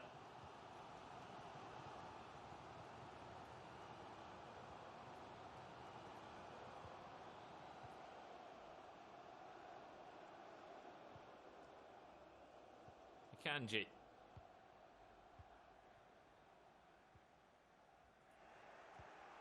Trying to eventually get the ball to Spielman. Into a pause, we will go just 30 minutes in. Change of something for Tekkz that clearly hasn't been clicking. Yeah, an early change here. I'm intrigued to see what he's actually going to be doing. It looks like a potential change in his ultra-defensive custom tactics.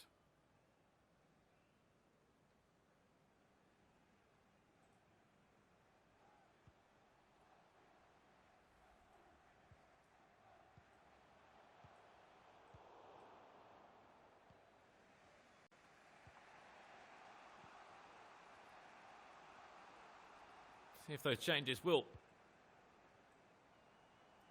to make a difference. Ryan Kent to come forward for England now.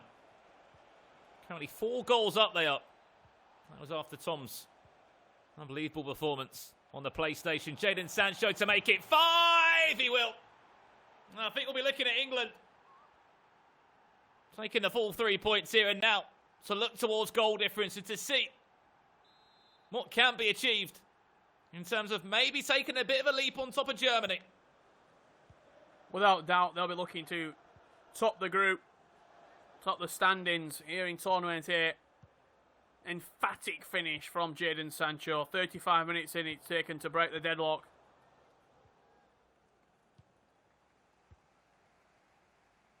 Beautiful finish, even on his weak foot.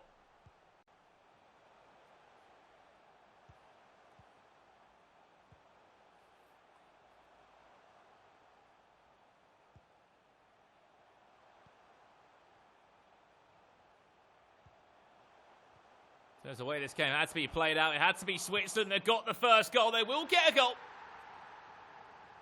And Bolo with the only goal that's been scored across the 2 legs. Unfortunate deflection. I think he was never missing from there. He got the bounce back and ball low inside the box and made sure he hit the back of the net. Did the Swiss striker. 5-1. Approaching half time here for Tekkz.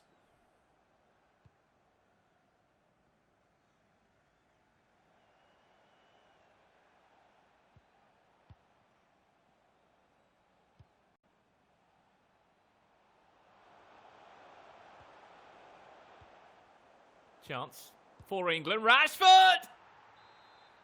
Can't be making those mistakes in around the back because Tekkz will exploit you. And that's exactly what he's done. Marcus Rashford to reinstate that 5-goal cushion.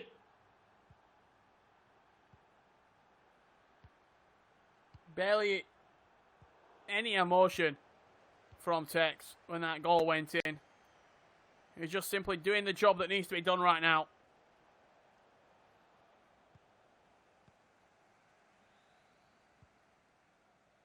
The referee has indicated there will be a minimum of 2 minutes of added time.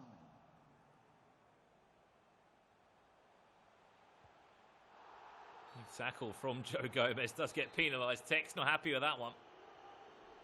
I think that's harsh, to be honest. I thought he got the ball. That should do us for the first half, and it will. 2-1 in this individual game, but overall 6-1 is the aggregate scoreline. Just word on the other game as well, if you were curious about it. Germany did win against Poland, 2-1 over the 2 legs. So that means that currently they're on 7 points. England will win this. They'll be on 7 points as well. And we'll be finishing day 1 on goal difference, Richard, which at the moment looks like England will be topping the group with a +6 in terms of the goals they've been able to score today. As well, we've still got another 45 minutes from Tekkz, where that could be further extenuated that goal difference.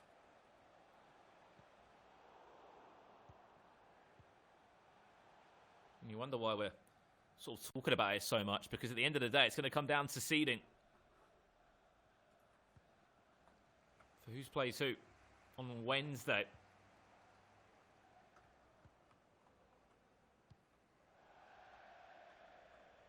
It's all about getting into that first against second matchup. You do get that second chance in the knockout bracket.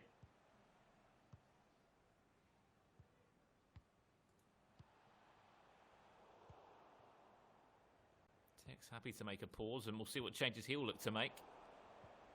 6-1 he does lead. Switzerland do pick it up in Bolo. The only scorer for Switzerland gets pushed off the ball. I mean, I wonder what Tekkz is looking to change here. On his bench, he's what? Got 75 rated players? Andy Carroll, going to be a surely.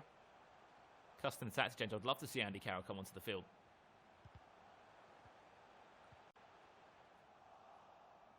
Probably mean a bit of a change of play style, though. Chance now. Marcus Rashford. There's another one. +7. The goal difference as it stands. Leading 7-1. Plus, he's got a 6-goal advantage in this game with 30 minutes left to play. Really emphatic performance here from Tekkz and England. They're putting the stamp in this tournament saying we are the ones to beat.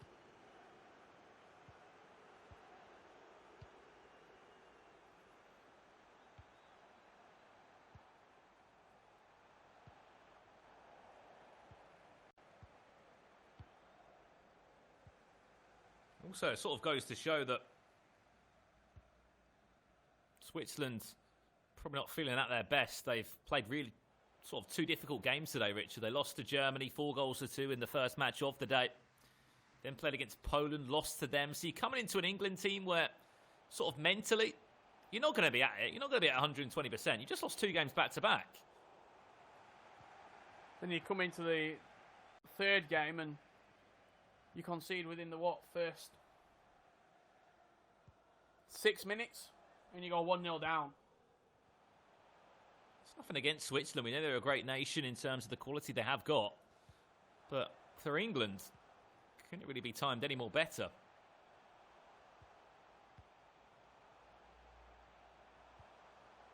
And Bolo. This is Topik for Switzerland. A little rainbow flick from Shaqiri. Maybe looking for goal of the day. And Bolo with a chance. Great save from Pope. Another pause cued from Tekkz. Clearly something not working for him. Currently in a 4-4-2. Now wants to maybe attack. He's gone into a 5-4-1 right now. Looking at the bench. Leighton Baines.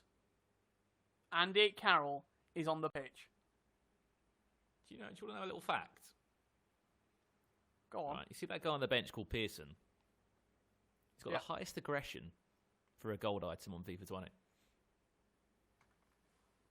that true? That is true. Andy Carroll makes his way onto the field, though. I mean, let's hope there's a corner for England, because that's where that man's going to be useful. Coming onto the pitch, number 14,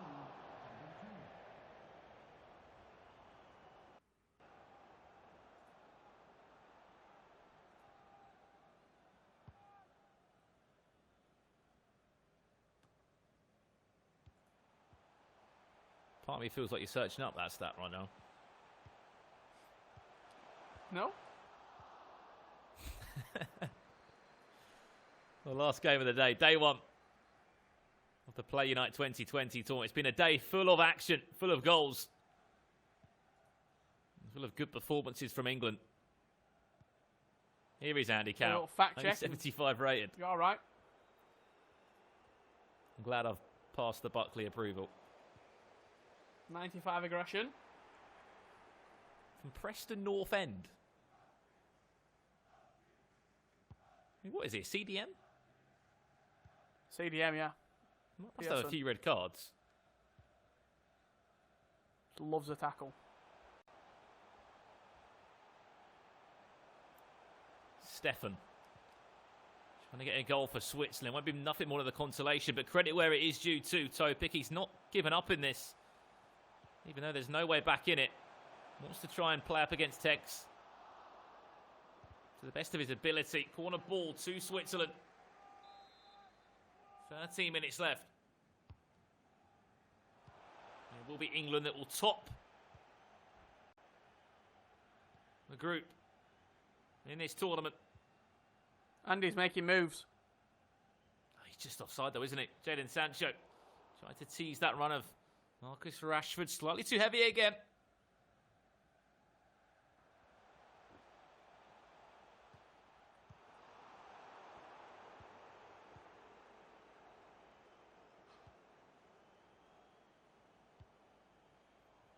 Kent.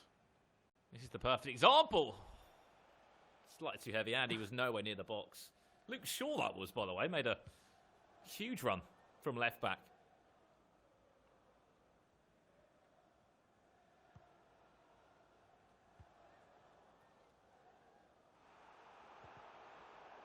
Smalling's done well there around the back.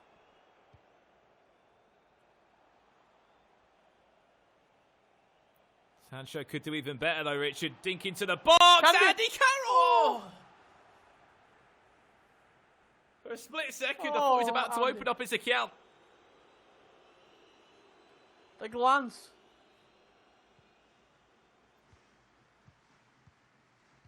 Let us throw him back to many years ago.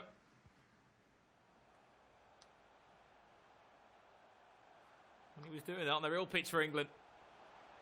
Cut back into Shaqiri.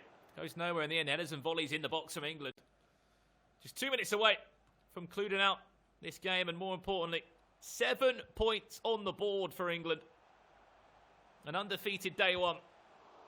And a huge, 7 goals. Huge goal difference. +6 in this final game.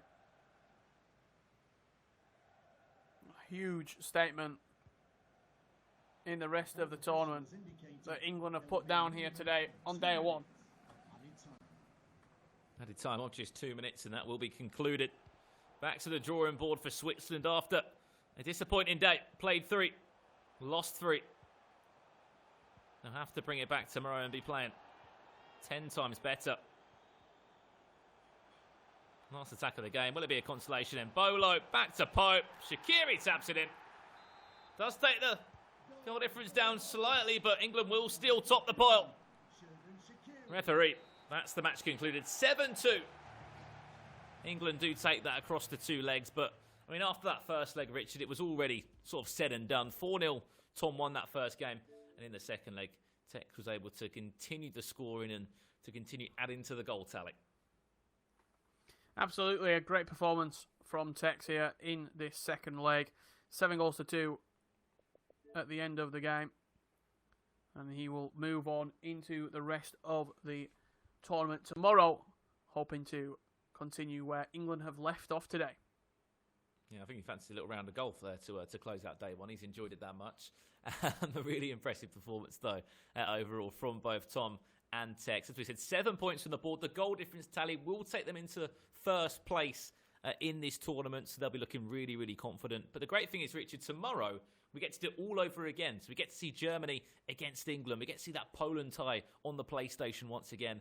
And of course, last but not least, we'll get to see Switzerland hopefully put it right after that performance we just saw there. Absolutely, yeah. You're looking at the opportunities for the players who haven't really performed as well today. We're going to see 2 brand new players from Poland as well, we have to say, in Milos and El Palako coming in. So maybe they can change Poland's sort of form, shall we say, in this tournament. Switzerland, big turnaround needed if they want to go through, but England and Germany dominating after day one. Yeah, most definitely indeed. I mean, one player from you, who's been your sort of MVP today from England? I think we probably could be in agreement of this, but I mean, okay, in-game FIFA player. It's got to be Rashford. In-game, Rashford. Yeah, surely. I think Rashford is the man. I mean, Jaden's been great. I think he has been, but I think Rashford he offers you so much with the 5-star going forward. He's just too good to be left out of the squads. No, unbelievable stuff. And we've seen such a sort of difference in teams. Let's just remind ourselves that we saw England play with an 82 rated team today, an 84 rated team, and an 81 rated team. And the fact that the players have had to sort of mix up their team slightly, Richard, change a few positions here and there, whether it's an icon going out the team, whether it's a special item coming into the midfield or going out wide. I think that's sort of a credit to England today. They've been able to sort of adapt when they've always had questions asked of them, sort of each individual nation. Absolutely. They've played pretty much 3 completely different games with the 3 different squad restrictions. So you do have to, as soon as you come into a game, get used to the different team straight away. And that's something that both Tom and Tekkz have done. I think Tekkz has got, I would say, another gear to go into. He looked a little bit laid back today in terms of his approach and his performances. I think on another day he wins that game against Germany quite comfortably.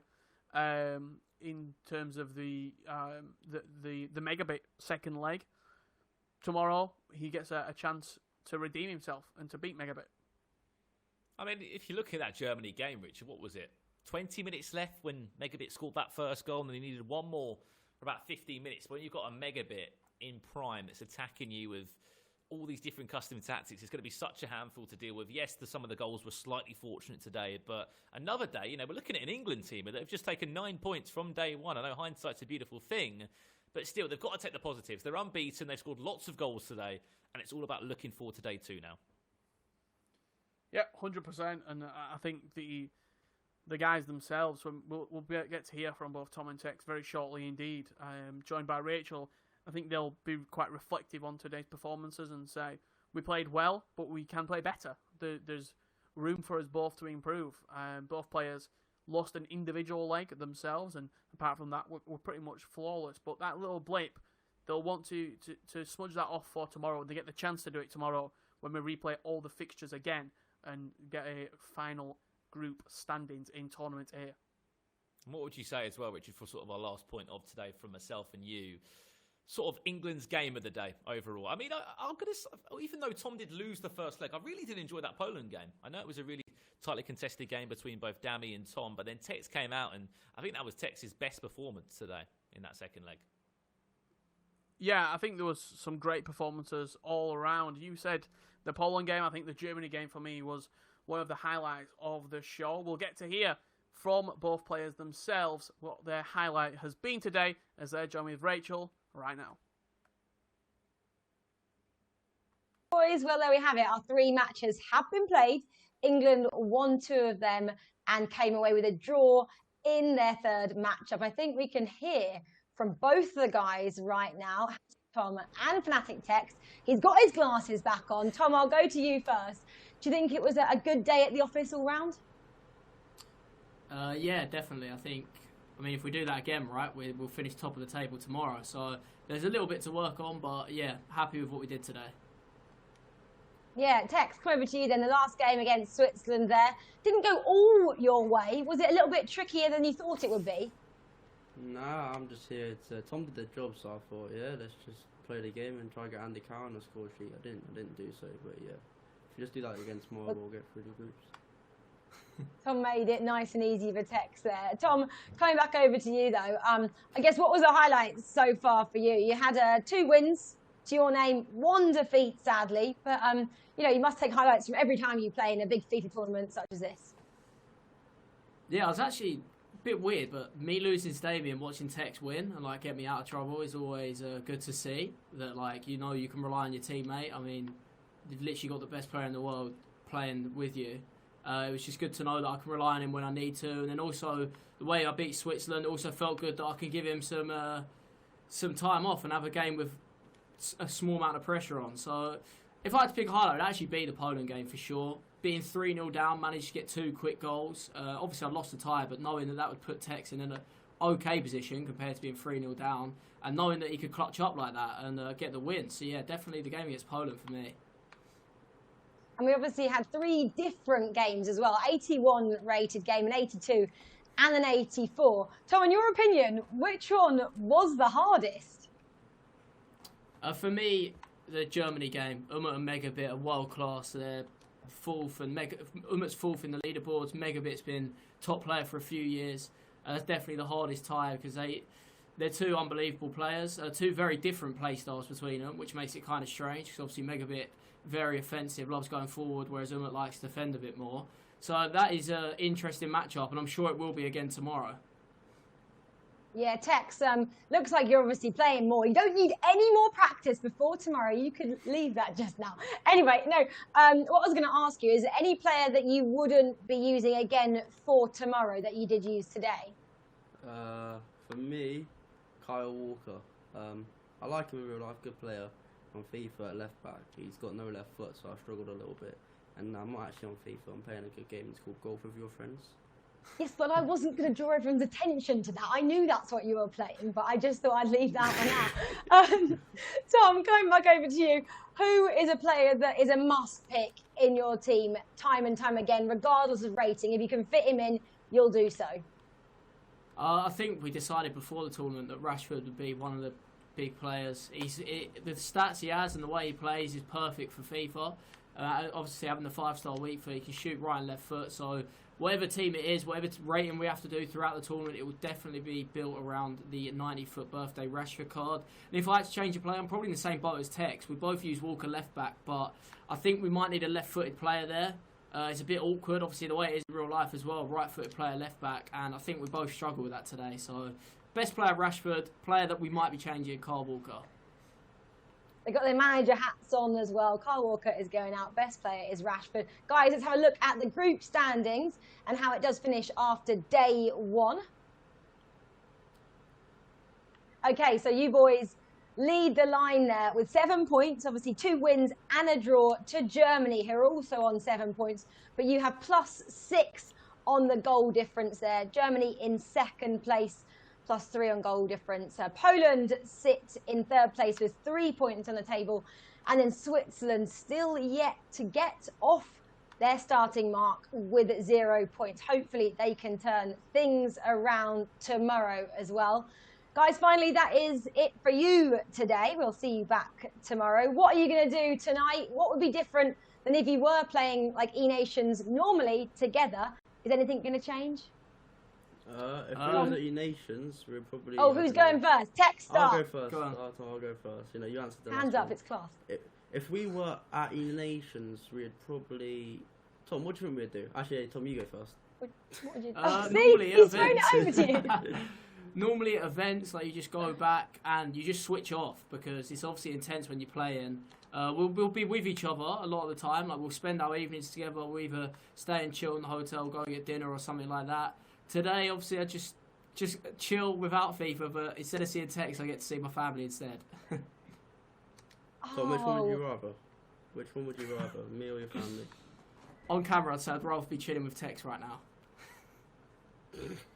Well, I hope that Tom actually doesn't have his phone on and is texting you throughout dinner because surely no phones at the table. But guys, thank you very much. Go and enjoy your evening, and we will see you same time, same place tomorrow for the second round of the group matchups. Cheers. Bye, guys. Thank you. Cheers. Bye. So there we have it. Hashtag Tom and Fnatic Tekkz there, leading the line for England. They lead the group standings by 7 points. Obviously, Germany also on 7 points, but they have a better goal difference going into the second day tomorrow of the group bracket. So let's be joined again for the final time by Richard and Brandon for a few final thoughts there. Those guys, they seem in great spirits after that first day of action. Brandon, just a quick summary of how you think they both played. Yeah, I think they deserve all the smiles at the end there in terms of how they've played. They're unbeaten at the end of the day. 7 points on the board, plenty of goals, Rachel, as well, which is going to fill them with confidence heading into day two. Of course, they're thinking to themselves, we wanted to win that Germany game. We really wanted to finish the day with 9 points. But the best thing of all, they get to try and do it tomorrow. I can't wait to see those games again against Poland, Switzerland and Germany. But yeah, overall, a really, really great day of action for England. Rich, do you think they can repeat what they have done today and finish top seed tomorrow going into the knockouts? I can't see any reason why not.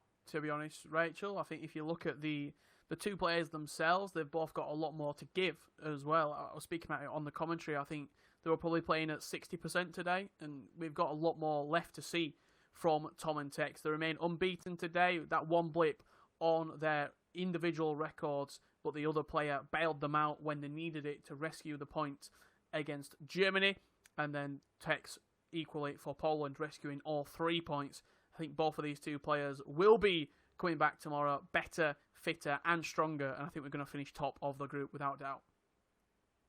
Finally, I'm just going to say something like the boys just did. Usually at a FIFA tournament, we'd be going out for dinner. We can't see each other easily. So guys, you have to leave you and go off in your separate ways and have dinner with whoever you live with, because that is it for day one of the Play Unite 2020 tournament. But do join us tomorrow for the second day of the group stages. We'll be back at the same time at 4:50. But thank you so much, Richard and Brandon, for joining us, for the FIFA players for doing their thing on the virtual pitch, and for everybody who did tune in. But please do join us tomorrow for another great day of FIFA action. Good night, guys.